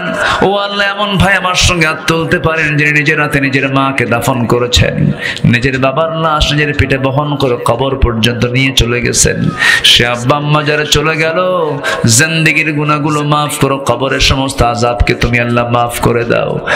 আব্বা আম্মার জন্য কেমন করে দোয়া করতে হয় তাও শিখিয়ে দিয়েছো আল্লাহ। চক্ষুটা বন্ধ করুন, হাত একটু উঁচু করে আল্লাহ সেখানে দোয়া পড়ে সবাই বলুন, রব্বিরহামহুমা কামা রব্বায়ানি সাগীরা, রব্বিরহামহুমা কামা রব্বায়ানি সাগীরা, রব্বিরহামহুমা কামা রব্বায়ানি সাগীরা। আল্লাহ তাআলা বিশেষ করে এই মাহফিলের আয়োজন করলেন যারা, কষ্ট করে আসলেন যারা, বিনিময়ে কিয়ামতের কঠিন ময়দান যেদিন কেউ কাউকে চিনবে না, এমনকি মা সন্তানকে পর্যন্ত স্বীকার করে বসবে, সেই কঠিন ময়দানে এই মাহফিল সবার জন্য নাজাতের মাধ্যম তুমি আল্লাহ বানাইয়া দিও। মাহফিলকে কবুল করো, আমাদের সবাইকে তুমি আল্লাহ দয়া করে কবুল আর মঞ্জুর করে নাও। আল্লাহ তাআলা তাফসীর ময়দানের যিনি জীবন্ত পাখি, কোরআনের পাখিটাকে আমরা হারিয়েছি একটা বছর আগে, আল্লাহ তাআলা পাখিটার কবরটাকে তুমি জান্নাতের টুকরা বানাইয়া দাও।